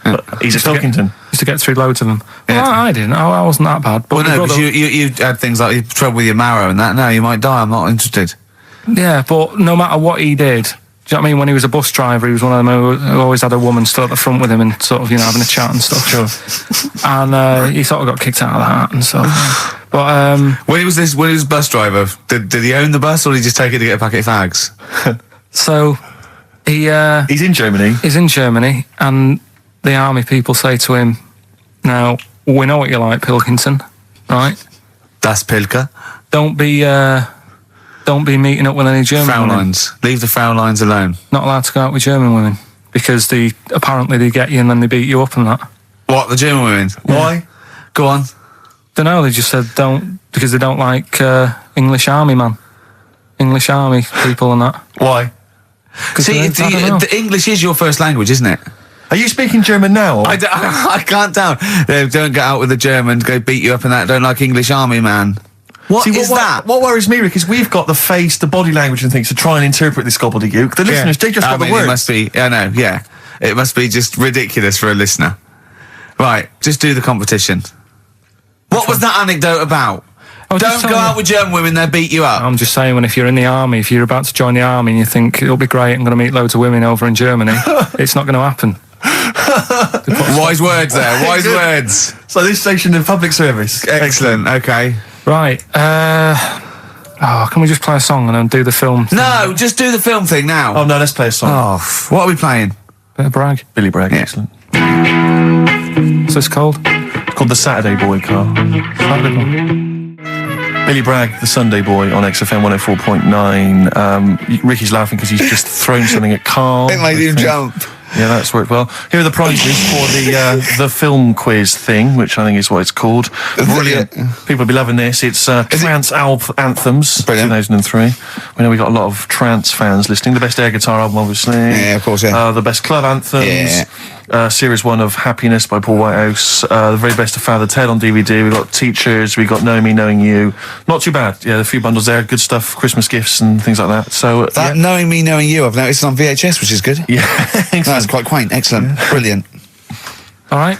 Yeah. So explain the conceit of this? It's when we sort of dig out a film that I've been in, and this is. I don't know if I'll tell you what film is, because that might be the question. Thinking about it, because there isn't that much going on in the clip. I think we need to know what the film is. Do you? Yeah. All right, it's Rain Man. Okay. Why is he called Rain Man? Is that going to be the question? Yeah, I know the answer, Carl. Don't worry. Don't look at me like that. I do. Oh, well done. Yeah, you watched the film. Yeah, you should. Right, so it's you, Carl, in the film Rain Man. Yeah, it's the bit when Tom Cruise is in the doctors with the ill man. All right. There we go. You ready? Well, I'm not a psychiatrist, but I do know that his brain doesn't work like other people. Oi, I am sat here. Don't go talking about me like I'm some sort of div kid. Got a good brain. Works well. It stores all sorts of information and stuff, doesn't it, Tom? He remembers things, little things sometimes. Well, don't say like that, little things, as if it's stuff that isn't important. Are you good with numbers? The doctor's asking you a question. Yeah, no, I'm just thinking. Good with numbers. It depends. Not that good at maths, but I remember facts that have got numbers in them. Like I know that 1 person in 2 billion will live to be 116 or over. Right? Weird thing is a lot of them are Chinese, so sort of makes you wonder if they're lying. I'm afraid I don't understand what you're talking about. What do you mean you don't understand? It's not. All right. Here's an easier one for you then. Goldfish have better memories than people think. He's right. He's right? Yeah. See? There you go. Goldfish related. Oldest goldfish in the world was 41. No. Yeah. Funny thing is there, if it was a goldfish with a dodgy memory, could have been older. Could have been, pushing 45. So. That's amazing. That is amazing. He should work for NASA or something like that. Well, wouldn't go that far. They're the sort of things that I like reading about. I've got that big book there. It's full of Did you read all this? Yeah, don't... You read all these stories that are in this book. Don't bother touching it. Maybe you better put it back. Give it back. Go. Okay, no, Ray, take it easy. I won't touch anything else, Ray. Come on. It's okay, Ray. It's okay. Come on. Can I ask you something else, Raymond? No. Well, you've annoyed me now. You've kept coming here saying I'm daft and that and messing with my book. Just go, will you? Excuse me. Were they messing with your big book of freaky facts? Yeah. Yeah, that's out of order. Good. Right. So what's the question? Why is he called Rain Man? Yeah? Yeah. Everyone happy with that question? Yeah? Yeah. Okay, Ricky.Gervais at xfm.co.uk. Why is he called Rain Man? Right. Yep. XFM. Bad Day, REM, XFM 104.9. That's nearly it, isn't it? That's almost it. Got through another one. Got through another one seamlessly. The film Brilliant. quiz, obviously, we had just moments ago. It was Karl featured in Rain Man. The question was, why is he and the film called Rain Man? The answer, Ricky, was... Well, Tom Cruise's character, when he was little, couldn't say Raymond. And he used to call him Rain Man. Okay. Plenty of right answers, but we're going to give it to John Steele, who, interestingly, is from West Yorkshire. He's listening. Oh, Yeah. That is, So they're everywhere. that is interesting. It is. Yeah. So that's pretty much that. Is there time for Monkey News? I think we got to have Monkey News. Let's And play then that second track from the Ryan Adams. Let's play the jingle, though, if we can. Oh, chimpanzee, that Monkey News, you Right. Now, it was back in the 1980s. Right. So it is quite topical then. Okay. When did this happen then? 1980s? Yeah. Yeah. It's about a Colombian F1 sort of Formula One driver. Yeah. Apparently these races were going on, right? And someone kept winning them. Right, okay, forget it. No, don't do it. It's because it's rubbish. Because it's rubbish. Right, so someone kept winning the races. So this human that kept winning the race. So this human being that kept winning the races, Carl, what was his name? His name it's Jimmy something. Yeah. How tall's he? Just out of interest. No, how tall let's is he? hear the story. Let's hear the story. Was he about 4 foot? You might find out if I tell you the story. Right? Go on. So anyway, he kept winning. Everyone was like, "Oh, he's brilliant. This guy, who is he?" and all that. Yeah. But his gimmick, right, was never showing his body or face. That's right. Never You're took his joking. helmet off. You're an idiot. Never took his helmet off, right? You know the short trousers he used to wear. His trousers were about a foot long, but his shirts, the sleeves were really long. Anyway, right. So because he wouldn't take his helmet off, and You're an idiot. He was taking part in the F3, which is like the lower ranks of Formula One and Just that. get to it. Everyone thought it was like a famous driver who was taking part in that. Get to being a monkey. Anyway, what happened was there was a crash one day. Yeah. And the car tipped over. Everyone's like, "Oh!" He ran up a tree. So They were suspecting when he ran away with the ambulance people up a tree and started eating a banana. So the marshals ran over, and the ambulance people were there, and they were about to take his helmet off, and the marshal was like, "Don't take his helmet off." And give away the secret that he's a monkey. Give away the secret and that. Yeah, chimp. Yeah. Took his helmet off. Jimmy Chimpus.